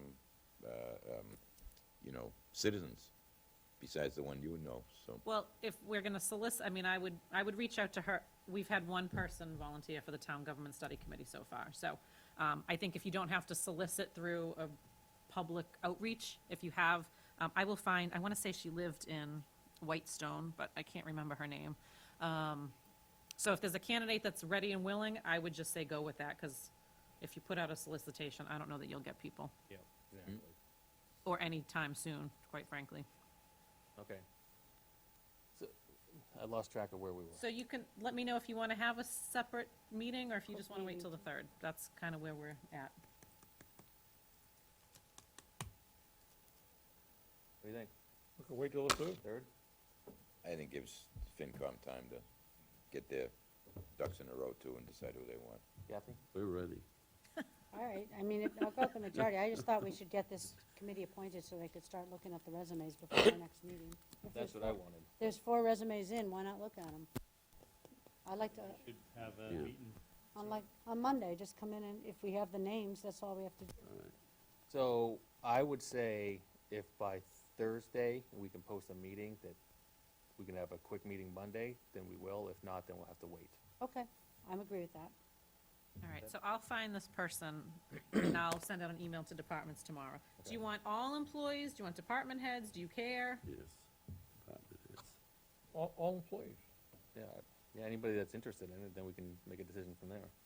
Okay. Quick question. Sure, more.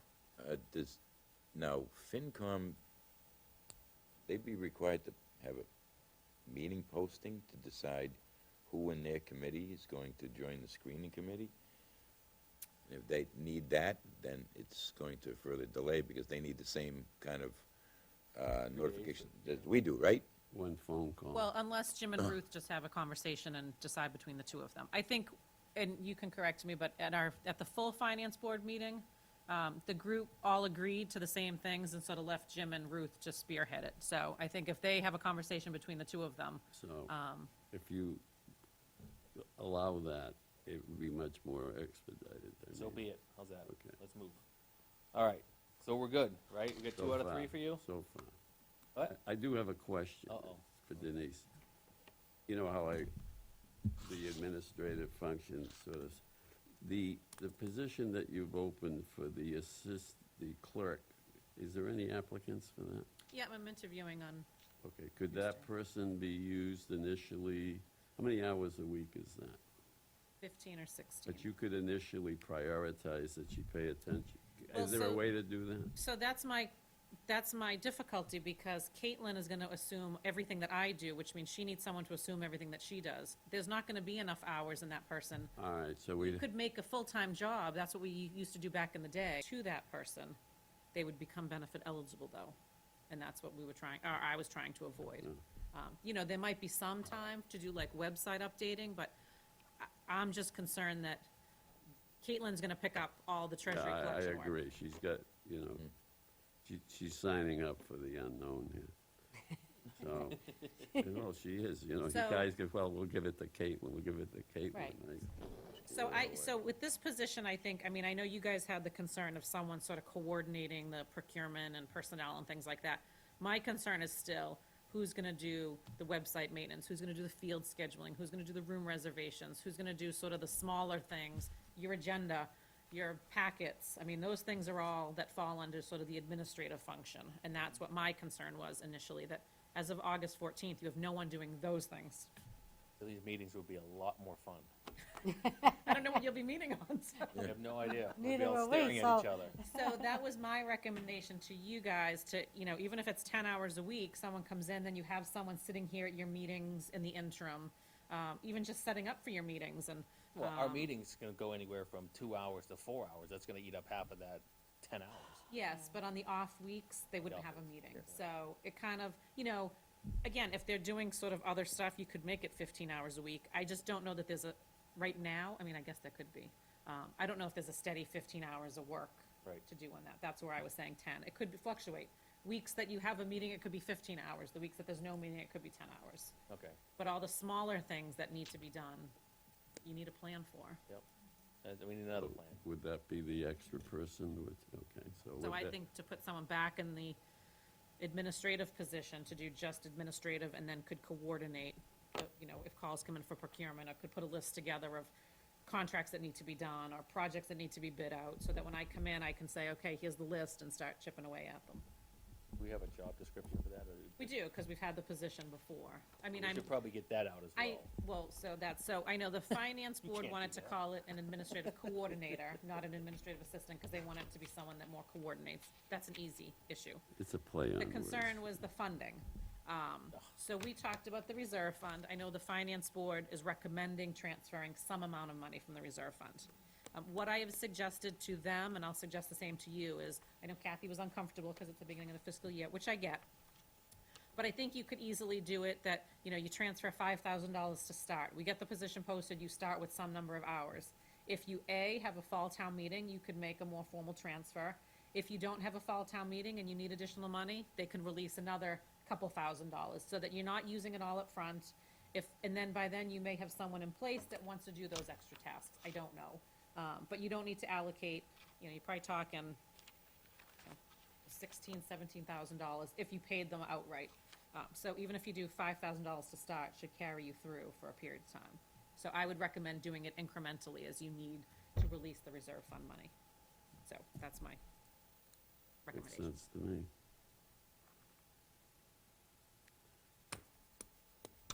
Okay. The answer Question? is, Yeah, I mean, I agree with doing it incrementally, because ultimately, I know we discussed it 2 weeks ago, that the person that we hire isn't gonna be expected to do those tasks. And so, they're not gonna be paid to do those tasks. So in the end, that money should be available, depending on what we finalize the payment for the interim director. So, I think that money should be available. I'm gonna echo the same statement that, Jason just said, that, Denise was wearing so many different hats, and we made a list of everything. We were talking about moving the clerical tasks off of the financial director, or hopefully maybe town administrator, because, you know, it should be with a lower pay rate. So, maybe you start with an initial transfer, but maybe then you start to use a little bit of, the salary for the financial director salary, because that's where those tasks are right now. Yeah, so you couldn't draw down from the finance director's salary line, you'd have to transfer it through a town meeting. Oh, we Or would- you would run the account in a deficit with an understanding that you'd hold that money aside in the salary line and transfer it at the next town meeting. Okay. So, or at the end of the fiscal year, depending on, but you couldn't draw down from the salary line with two different positions. This head good? Yeah. We got it. Did you make an motion? No, you gotta give us a reserve fund request. Well, Or you what? certainly could make a motion that you would ask the finance board to release X amount of dollars, and then you're committed, we could get a job posted while we're waiting for the formality of them to hold a meeting. So $5,000, someone wanna make a motion that we tell the finance, or ask the finance board to release $5,000 for an administrative assistant in town? Administrative assistant at town hall, not to the board of selectmen. And I would say administrative Coordinator. coordinator, so that they're more of a coordinating data and doing other stuff. So I make a motion that we request the financial board to release $5,000 from the reserve fund for the purposes of funding an administrative coordinator position temporarily until town meeting. I'll second that. Motion and a second, any further discussion? All those in favor? You gotta be happy, right? 3 for 3? You're 3 for 3, 3 for 3 here. All right, Jim, thank you. All right, thank you, guys. Before he wants an assistant for every Seriously. department, we Before he gotta gets a new car out of this. break the bank on this. All right, Mike Dempsey on behalf of the Conservation Commission regarding land donation for the following properties. So,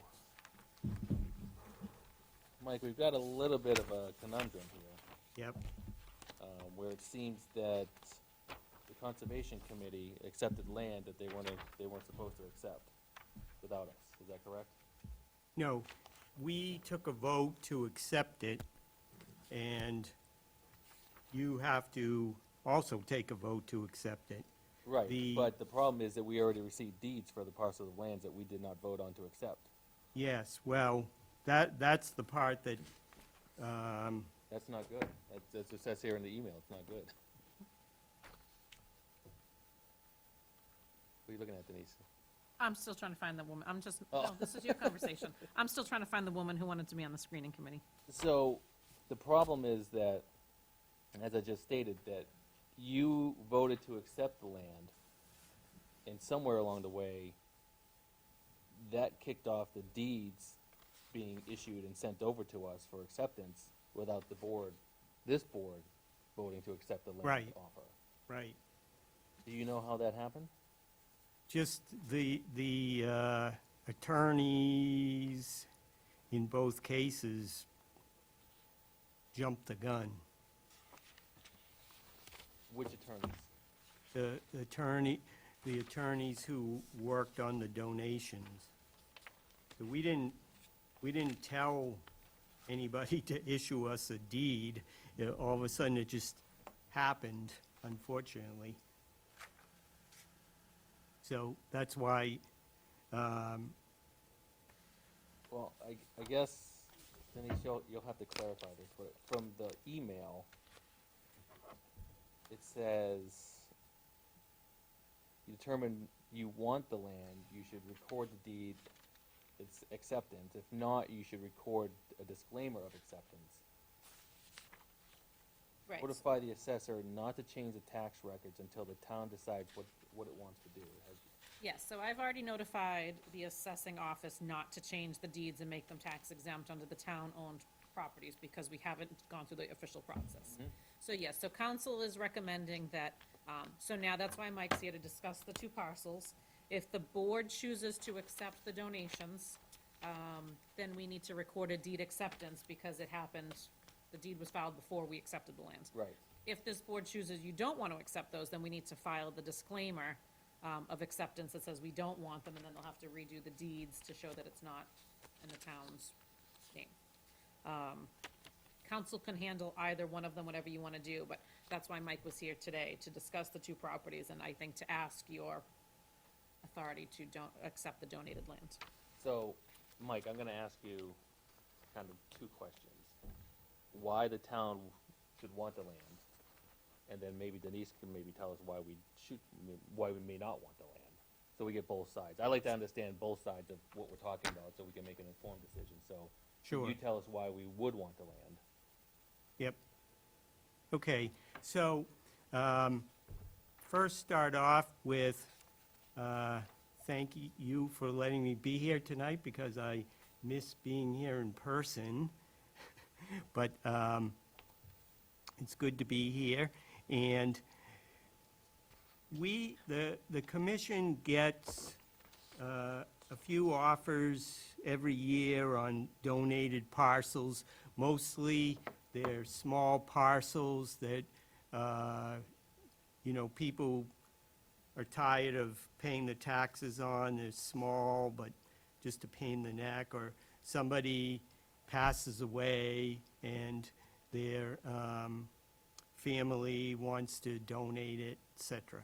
So we get these offers, and we put together a set of criteria to see why and how, why would we accept any given property. So we have 3 criteria for accepting parcels. The first is they need to be parcels of open space that protect wetland resources. So that's our top priority, because that's our job, is to address wetland resources. The second one is they should be generally parcels with low annual tax valuations. And finally, the last one is they should abut current conservation land or land that fits with our trail plans or current Groveland open space and recreation plan priorities. So, Looking at your maps, it looks like 13-14A meets those criteria. yes. So, What's the other lot? okay, so the first lot is what I call parcel 4L. This is up on Wood Street. It's across from Town Forest, Okay. and it's about 7.6 acres. And I will, Yeah, I got that map.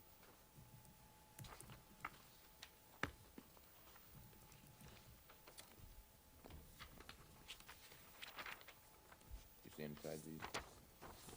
What? Do you sanitize these? Thank you. so this lot, the reason why the commission would like to accept this lot is because it's part of our plan for a new trail that would extend from Main Street up through an easement that we have through Nichols Village, and go through Town Forest, cross Wood Street into the parcel, and then go on a private trail easement on a property that's on Center Street, and be able to cross into the Crane Pond Reservation. So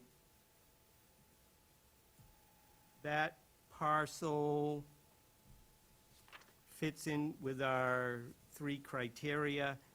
There's quite a bit of wetlands on it. It's going to be an unbuildable lot. I don't have the exact taxes on it because it's being split off of other property, but the estimate of the annual taxes, if evaluated with other open space land, would be about $140 a year. So it fits all 3 of our criteria, and as I say, we're excited about it mostly because it's going to give us that ability to make that new crosstown trail.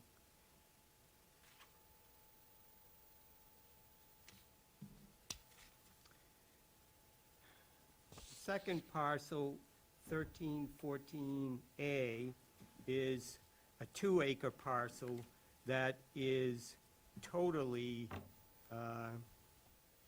wetland resource covered. It's a triangle-shaped piece of land that's on center. The primary reason we want to protect this property is because of the habitat issues. So that parcel kind of joins between some private and a piece of conservation land that's on one side of Seven Star Road, and it gives the ability to connect it to the remaining parcel, 2 other parcels that we already have on the other side of Center Street to provide a kind of a habitat pathway from the Crane Pond Reservation over to the other side of Groveland on the other side of Seven Star Road. Okay. And the current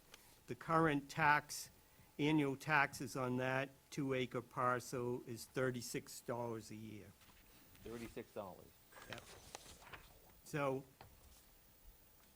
I think the commission believes that both of these properties would enhance our open space inventory and not cost the town a huge amount of money. And also, in the case of 4L, provide us with some additional trail options for residents. Okay. Denise, is there a reason why we wouldn't want this? No, I mean, the only reason why you wouldn't want, or you want to be cautious about accepting donated land is, you know, the tax revenue. But it Right. is so minimal, they're not buildable lots. It really doesn't make sense to not accept them.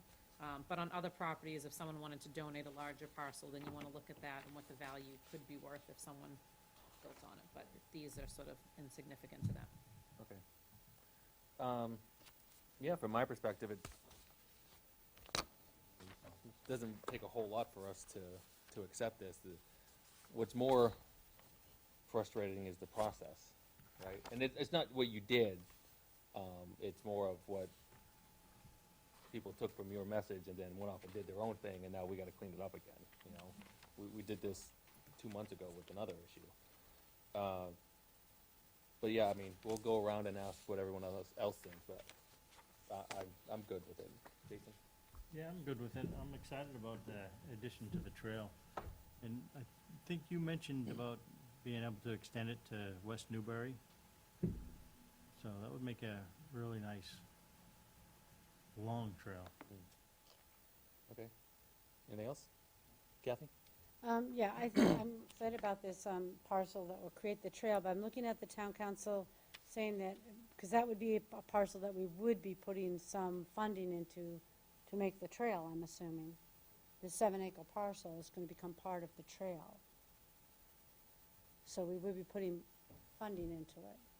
Well, I think that's the discussion Well, for Mike. no, my question is, it says the title report, is that something that's really hard to get, or, I mean, just to make sure nobody else is gonna try and come in, and isn't that just to make sure no one else has a claim on that land? Like Correct. title insurance? So it's basically the same thing?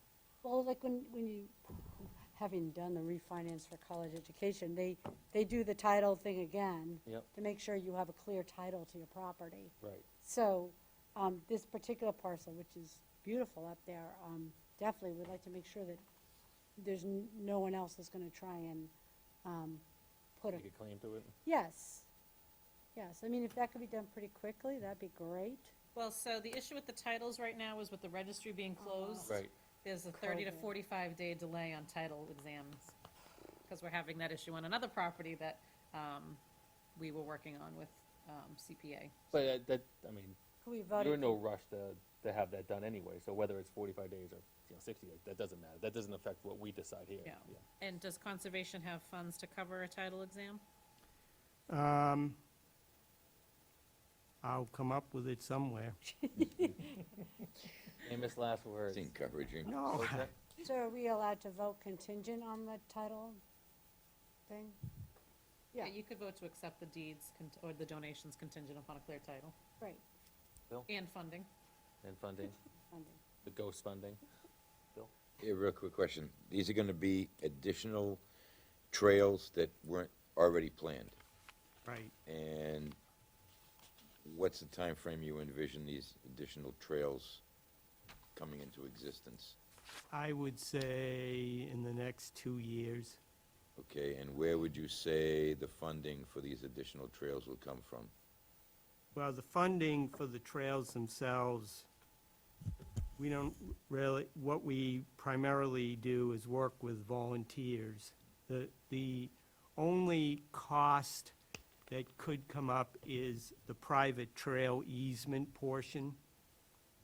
And so what I would have to do is probably put a community preservation request in. All right. Good. That's it. Ed, anything? Yes, on, Mike, on 1314A. Yep. It says in your, right up here, it adjoins Department of Fish and Wildlife land. Which properties is Fish and Wildlife on this map? On the Seven Star map? It doesn't show on this map, see that parcel, 1314, on the other side of that, it adjoins Crane Pond.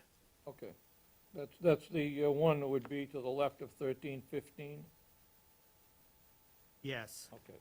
And so, also across from Seven Star, we already have 13-3A, and the remaining parcels over on the left side of the map are private parcels where all that wetland area is. This back portion of 1314A that abuts the Fish and Wildlife land, is that going to be open to hunting and trapping? Mm-hmm. It will be. Yes, because the Crane Pond is. But it looks like the Seven Star, the portion of the property closer to Seven Star is close to one of the dwellings there, so the front would be too close to the road and probably too close to the dwelling, so probably just the back portion of that land could be used for that. Yep. Yep. Okay, and this trail map, it's a nice idea. It starts on, what's that, Main Street? Yep. And goes up through Nichols Village to the town forest and into this, that's gonna be a walking trail? Yes. And, you're gonna get like the Boy Scouts to help with the markings and stuff like that. How long is that approximately? I would say it's at least a mile. Oh, that's all? Yeah, it's not as, it's not huge. The great thing is that the trails already exist through town forest, so we'll be using that. There's already we already have an easement through Nichols Village. And through town forest connects over to West Newbury, which they've got a large number of trails over there. So it really is gonna add to what's already there. We're gonna really be able to take advantage of it. Is there anywhere along here, is there a trailhead that the people can park?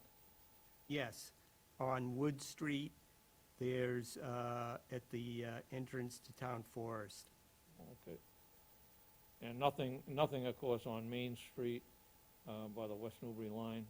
No, except they could potentially park over by the school. Is that the one that when it goes through Nichols Village, is that the one that's hot-topped around through there?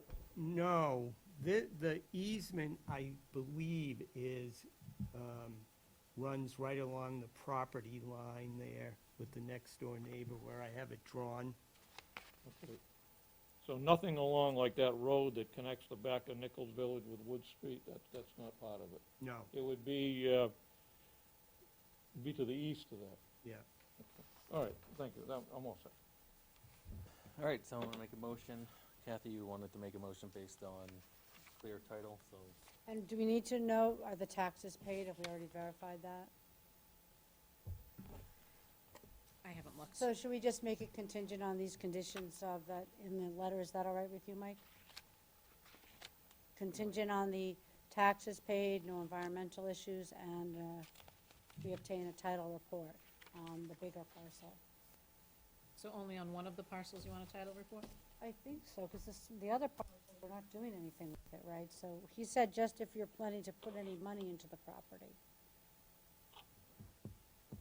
So my motion would be to accept both parcels contingent on the verification that all the taxes are paid, there's no environmental issues, and on the larger parcel, the 7.4 acres on Wood Street, that we obtain a title report showing clear title, which will be paid for by the Conservation Commission. from somewhere. Motion, is there a second? I'll second it. Right. Any further discussion? All those in favor? Yep. All set, Mike. Thank you. Thank you. Thanks, Mike. So I will reach out to council and have them start the title report. Do you want something to say there are no environmental issues, or are we just proceeding under the assumption that there are no environmental issues? It looks, we were up at the 7 acre one, we didn't walk the whole thing, but I mean, there was like, what, a chicken coop there before? That's all that's ever been up in that area. So I can't imagine that there would be. Next up, Perry Park follow-up. So I reached out to the folks you wanted me to reach out to, highway, police, and building inspector. So I included the correspondence I got back. Sam went out there several times knocking on doors, saw cars, heard people in the houses, no one answered the door. You can see the chief's concerns that if we issue a cease and desist, it should come from the Board of Selectmen and not the police. He'll certainly put something on the cars, but he doesn't understand what the police would issue a cease and desist on unless you tell him what you want to cease and desist. And Rennie said there were no impacts to drainage, or no concerns with drainage in that area. What about Sam? Sam just knocked on the doors, yeah. so, correct. So everyone's in agreement that it's definitely town property. They're all in agreement, as you can see in, I think, Jeff's email. He said it's been used as a parking area for more than 30 years, which I agree to the two cars that kind of park in the middle. The newer parking space and then the person parking on the other side are I mean, where they new. cleared the bamboo and, Yes, yes. So I kind of told them to hold off until we talked about it again to see what you want to do to proceed. well, it is town property.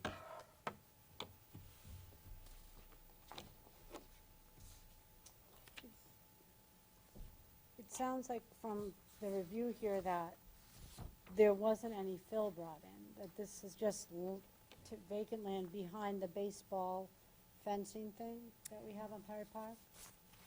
So no one knows for sure if Phil was brought in. Rennie did not see any signs, but he didn't know what the property looked like behind the sort of bamboo and trees and things. So he couldn't be sure, but no one really knows for sure if there was Phil brought in, and no one would answer the doors. Right. But I mean, the park doesn't really have any parking. Right, so would it be to designate some little portion of that area for parking? And then tell people not to use another area? Is that what we're kind of leaning toward? We don't want them just cutting away and putting cars everywhere, but like right by where people used to always Backstop? park. Yeah, I would leave the backstop, because I think the kids do use that. They play games there, and then the ball doesn't go in the street. Yes, I would say for a short fix, you could certainly say, even if Rennie goes out with the spray paint and sort of marks off some spaces after the brush and up until the backstop. And so you could certainly have, even 5 or 6. I think there's 4 cars parking there. I think the new spot is the one that created all the concern, that clearly they cut down trees, they leveled it, whatever else they did to create their own little parking space. I think that should be abandoned and told they cannot use that, and maybe you ask them to replant some vegetation, I don't know. But I Or let think it you grow could. back, because that's, Right. bamboo's gonna grow back there. Right, but I think you could clearly designate, even if you want to do something, I think in the last meeting, Rebecca had made a recommendation. She recommended to take out the backstop because it creates some confusion, but, you know, the Open Space Committee is looking at that parcel and what to do with that in the future, whether it's a community gardens project or putting benches or putting things in. Eventually, you will need some type of parking there if you want to make it an active location. So, in the short term, you could designate 5 or 6 spots and allow them to continue to park, except for that one, or you can ask them to all vacate because it's all town property. It's really up to how you want to proceed. I'm okay with the parking behind the backstop there and having some spots there, but that's just me. Jason? Along the street there, is there anything that says they can't park along the street? State highway. Well, right. State highway, so that would be a state issue if they Right. park there. Now, in terms of letting that grow back, that's Japanese knotweed, it's an invasive species. I think we should get rid of it. There's a tree there, because I went back to look after Yep. you mentioned that. There's another tree there, it's about 3/4 of the way dead, and I think it's because of that Japanese knotweed. Knotweed, whatever they call it. Not weed. Knotweed. That's But, a, I really think it should be taken out, because it is considered an invasive species. But in order to get that out, you'd have to dig up the roots. You can't just break it off and hope it dies. I'm not a landscaper, I don't Yeah, know well, exactly. I know because exactly my what yard it used to takes. have some bamboo in it, and I went through the whole process of in ferns to get rid of it. And every morning I come out and there's a bamboo here and there, and this is 30 years Rip it ago. up, Yeah, and I, pull it up, and, the next morning there's another one, so that stuff doesn't go away very easily. No, it doesn't, and that's why it's so invasive, and I think, eventually it's gonna go everywhere. I mean, it was already out to the street. Yeah. I mean, if you choose to designate areas, you could put it on the highway department's sort of fall projects. They have the excavator. They could certainly go through there and really rip up that section and see if you could deter it or remove as much as you could. Yeah, because it does die in the winter, but it does germinate and come right back. So I think we should look at doing whatever we're gonna do with the parking area there. And then as we get closer to winter, maybe we can ask the highway if they can go down there and dig it up and try and get rid of it, but that's, phase 2. Bill, are you done? Anything else, Bill? I'm just thinking, what's the matter with the side street parking? That's where they park when the, when the church parking lot is overflowed on Sunday Mass. They park on the street there. But they're parking in the actual park. They're not parking on the street anymore. They're parking in the park. When they have big events, they park in the park, Right, but they request permission for that. typically, There are right. now cars parking We don't there have to worry about overnight. But for a regular Mass, they park on King Street, they'll just line that little Triangle area. triangle area. Right. But they don't necessarily park on the main street. And I've noticed, I've kind of made it a conscious effort, there's 3 cars there that never move. That never move. I don't know when the last time the red car, a little Cooper, The Cooper moves around. The LTD. Because the Cooper's the one that moves around, so sometimes it'll be on King Street more, sometimes it'll be right at the corner. Check But out the they're the ones grass that are around it. parking in the grass on King the Street. grass around the car has been cut. The grass right on it has not been cut, and you can tell it's been a while.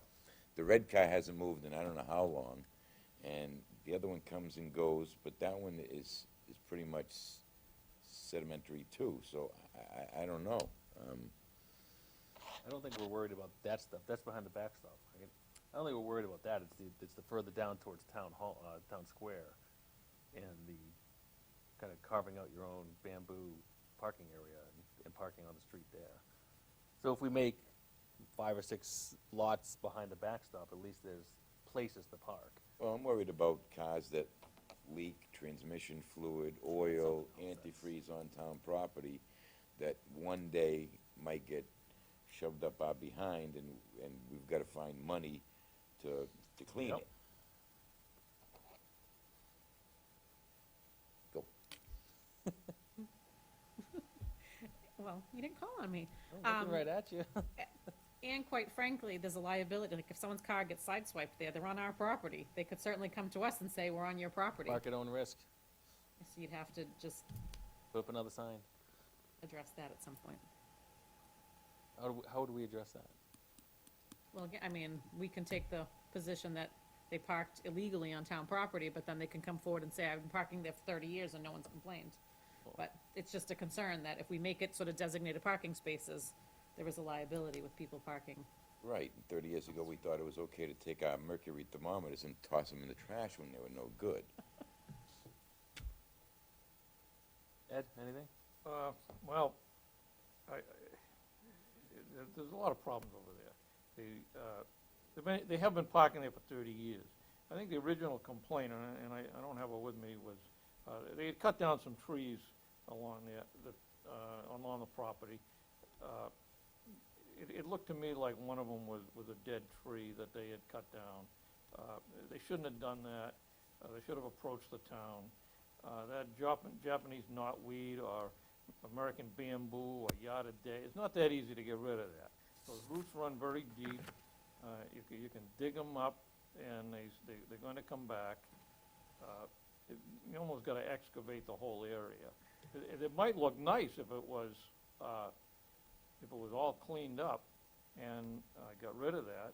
And Jason's right. It's just going to spread out and expand. It is a problem to get rid of that stuff. You got to excavate pretty deep and keep up with it. But it would look nice if it was all cleaned up, and then you can actually probably see what's been going on behind there. There is an area where there is a car. It looks like they filled in, cut an area out along that bamboo with Japanese knotweed, and a park in there amongst all the brush. But it has been going on for 30 years. I think that as long as they're not cutting down any more trees on town property, and maybe in the future, look to get rid of that, excavate that stuff out of there. And then the problem is, where do you put it? You don't want to put that down at the town yard where the brush dump is, that becomes a problem. But, yeah, people have been doing it for 30 years, and probably even longer than that. It's a little tough to tell them that now you got to move because somebody complained about it. As long as they're not cutting down any more trees, I don't see the problem there. I respectfully disagree that there is a problem in the newer area that they're parking in, because they've always parked by the backstop for as long as I've lived in the town. And I don't really want them to think that's their designated parking spot. If we can put a sign up that says Perry Park parking or something, and if there's any way they can spray paint where the town property line is to really indicate, they shouldn't be using that land. Now we have a whole committee looking at recreation parcels, and they're looking at that parcel. So I don't want them to continue to expand the parking. I'd rather pull it back into the, there was always just a couple of cars on that little dirt patch area by the backstop. I always assumed it was someone either across the street or whatever that for some reason didn't want to have to pull out into that street that way. In the short term, I think, okay, but the expanded parking, I think, needs to be identified, especially if we're going to ask the highway department to go in and start cleaning that up. We can't have cars in there when they're going in there to clear that out. And they have to have somewhere to go and park. Correct. So, do we give a letter to all the residents in that area, just letting them know that Perry Park is being looked at by what committee is it that's looking at it? Open space and recreation. Open space and recreation, and you're gonna see lines designating the property line, and we will allow, temporarily some parking there, but we can't guarantee it. I don't know, something to that effect, that has to be pulled in away from the area that you're gonna try and clean up.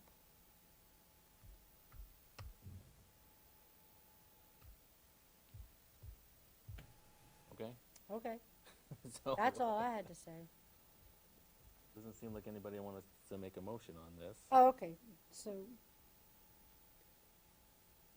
he says that so can we, do we need to vote a cease and desist, like the police chief has said, or to cease and desist parking in that other area, because we're going to have some work going on there?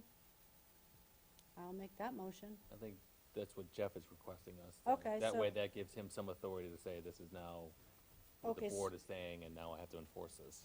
Well, Yes, I would just be cautious about the work, because you don't know when or if there's going to be work done without talking to or seeing what the highway schedule is, unless you're gonna mandate the highway department take care of that.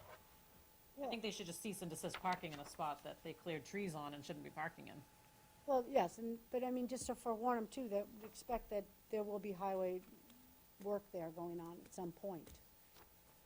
Yeah, because as I understand it, that according to the job description, that is their job, to do the maintenance of the grounds for the town hall and everything. And I think that would fall under that. Not that I want to overburden them with the tasks and such. No, I know, but it's just they haven't maintained it, so it's something that you need to have a discussion with the highway superintendent on what you want done in that area. Whether, and when that would take place, I don't know. I just don't wanna say that there's work being done and then have it be dragged out and not be done, and then they're like, well, no one, you know. Okay, so a vote is cease and desist in the newer parking area and tell them to use the previous area by the backstop when spray paint something there. But it is, I think the letter has to say that this is town property. It's not designated a parking lot. Do you want something on all the vehicles that park there and let them know that they can park in the backstop area? Or just, we're just notifying the one car that's in the new spot? I think you wanna do both. Notify everybody. So, what did that motion look like? I don't know. A cease and desist for that newer area and identify, you said the highway department could do a little spray paint. There's we're gonna identify the Perry Park parking area for temporarily. Looks like that's it. All right, so we have a motion. Is there a second to that? I'll second that. Any further discussion? Bill's got something to say. I'm just not sure where we're going with this, that's all.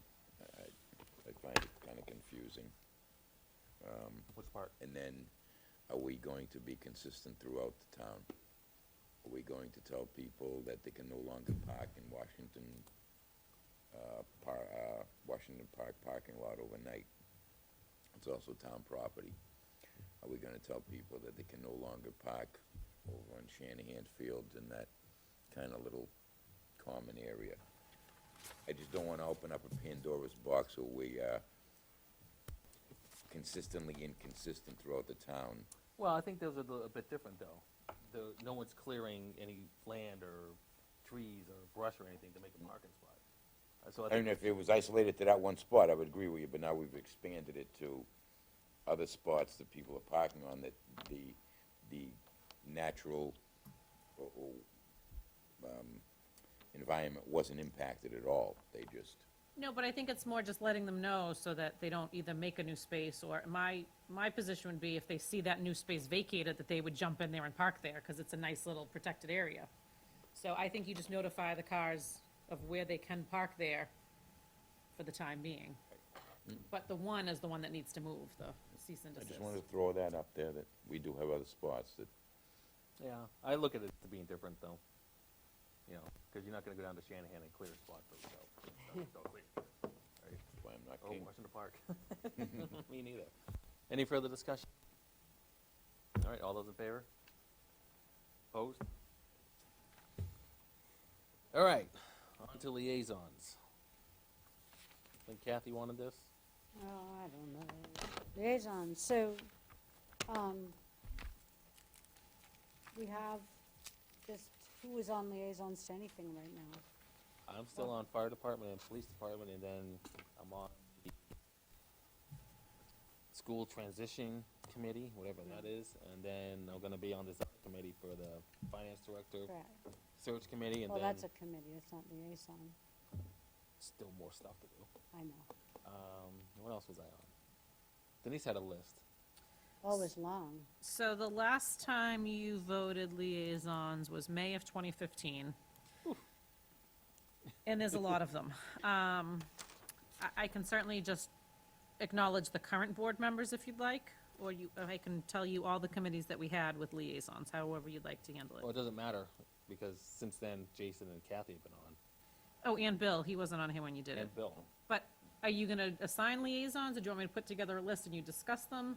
Are you gonna vacate, like Ed was on a whole bunch, I don't know, Ed, if you're still serving on those, or serving as a liaison?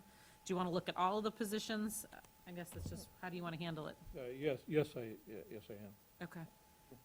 May I suggest that we ask Denise to put together that schedule of liaisons and discuss that at our next meeting where we have The list that we can go the back actual on. list in front of us that we can, something to discuss.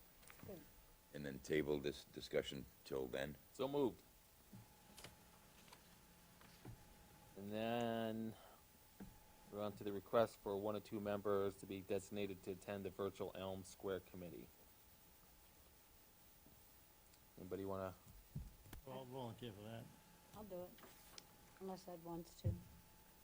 You know, I'm not available on the 23rd. at Okay. night. I make a motion that Selectman Castronellis and Selectman Naves, Selectwoman, I'm sorry, my That's all apologies. right. Are designated members of the Board of Selectmen meeting to attend the virtual M Square Committee meeting on July 23rd, 2020 at 7 PM, where they will discuss a number of issues. second? Any further discussion? All those in favor? So I'll send Rebecca, a note and let her know that you two are this, and I'm sure she'll send you the Zoom information. Okay, good, yeah. Can't wait. All right. Vote to the board, accept the retirement of Deborah Webster, assessing office manager, effective September 10th, 2020. Yeah, I'll make the motion that we accept the retirement of Debbie Webster from the office manager at Board of Assessors. We should do that with regret. She's done a good job there. Been there for a number of years. Gonna be a tough person to replace. So, I'll make the motion. I'll second it. Okay. Motion second, any further discussion? Is she sure? We just had a town meeting on this just a couple of weeks ago. She I wasn't. think we're sure this time. She's sure, okay. Any other discussion? All those in favor? All right. Vote to sign the roadway layout of Homestead Lane as approved by town meeting. You've already accepted the roadway as laid out, town meeting accepted it, we just have to sign to formally file it, so I just put it down as a formal vote. I was just waiting for someone to make a motion. So motion to formally accept the sign, roadway layout of Hampstead Lane as approved by town meeting on June 22nd Second. to 2020. Second. Motion and a second, any further discussion? All those in favor? Correspondence, fiscal year 20 CARES Act payment. And Selectmen Castronellis and Naves, recap of site visits with Mike Dempsey. That's it? Wow. Can we get a motion to adjourn at 6:43? No selectmen times, no, No, nothing. Oh, I actually forgot all about it, I guess. Come on, Bill. Because I took the shortened, you can do it, I took the shortened town meeting agenda and added to it. Well, that's next meeting. Well, I do have a finance director moment. Oh, that's not even on here either. I know, but, Come on. so paving is going to be taking place, let me just pull up the right, paving. on 7 Star, King Street. Not Seven Star yet, so currently, they're now tentatively scheduled for next Monday and Tuesday, and possibly Wednesday, for Center Street from Atwood Estates to the church, and King Street from the Georgetown line to Pheasant Street. I will put something on the website tomorrow, actually Wednesday, after I confirm with Rennie that they're still on target to do that paving. But there will be detours in place. You will not be able to travel into town on King Street. You can travel out of town until they start working on that part of the road. But King Street at the Georgetown line will be detoured down 97. Center Street, they're gonna work around it as much as they can, but there may be detours for a period of time. So that's all I just wanted to mention. And we'll do Selectmen comments and reports next week. All right. well, For next time, would it be possible to get a list of the roads that are gonna be worked on in this coming year? Just like, That's all he sent, was those 4 roads. I can ask him if there's Right, because I thought that there was a plan made of the roads that put them in order of when they need to be There was, worked on. that was last year. Right, so I'm just wondering if we could kind of at least put a potential list together, so we have a list for the year. Yeah, I think this was his whole list for the year, but I will ask him. Can we get a motion to adjourn at 6:45? Motion adjourned at 6:45. So moved.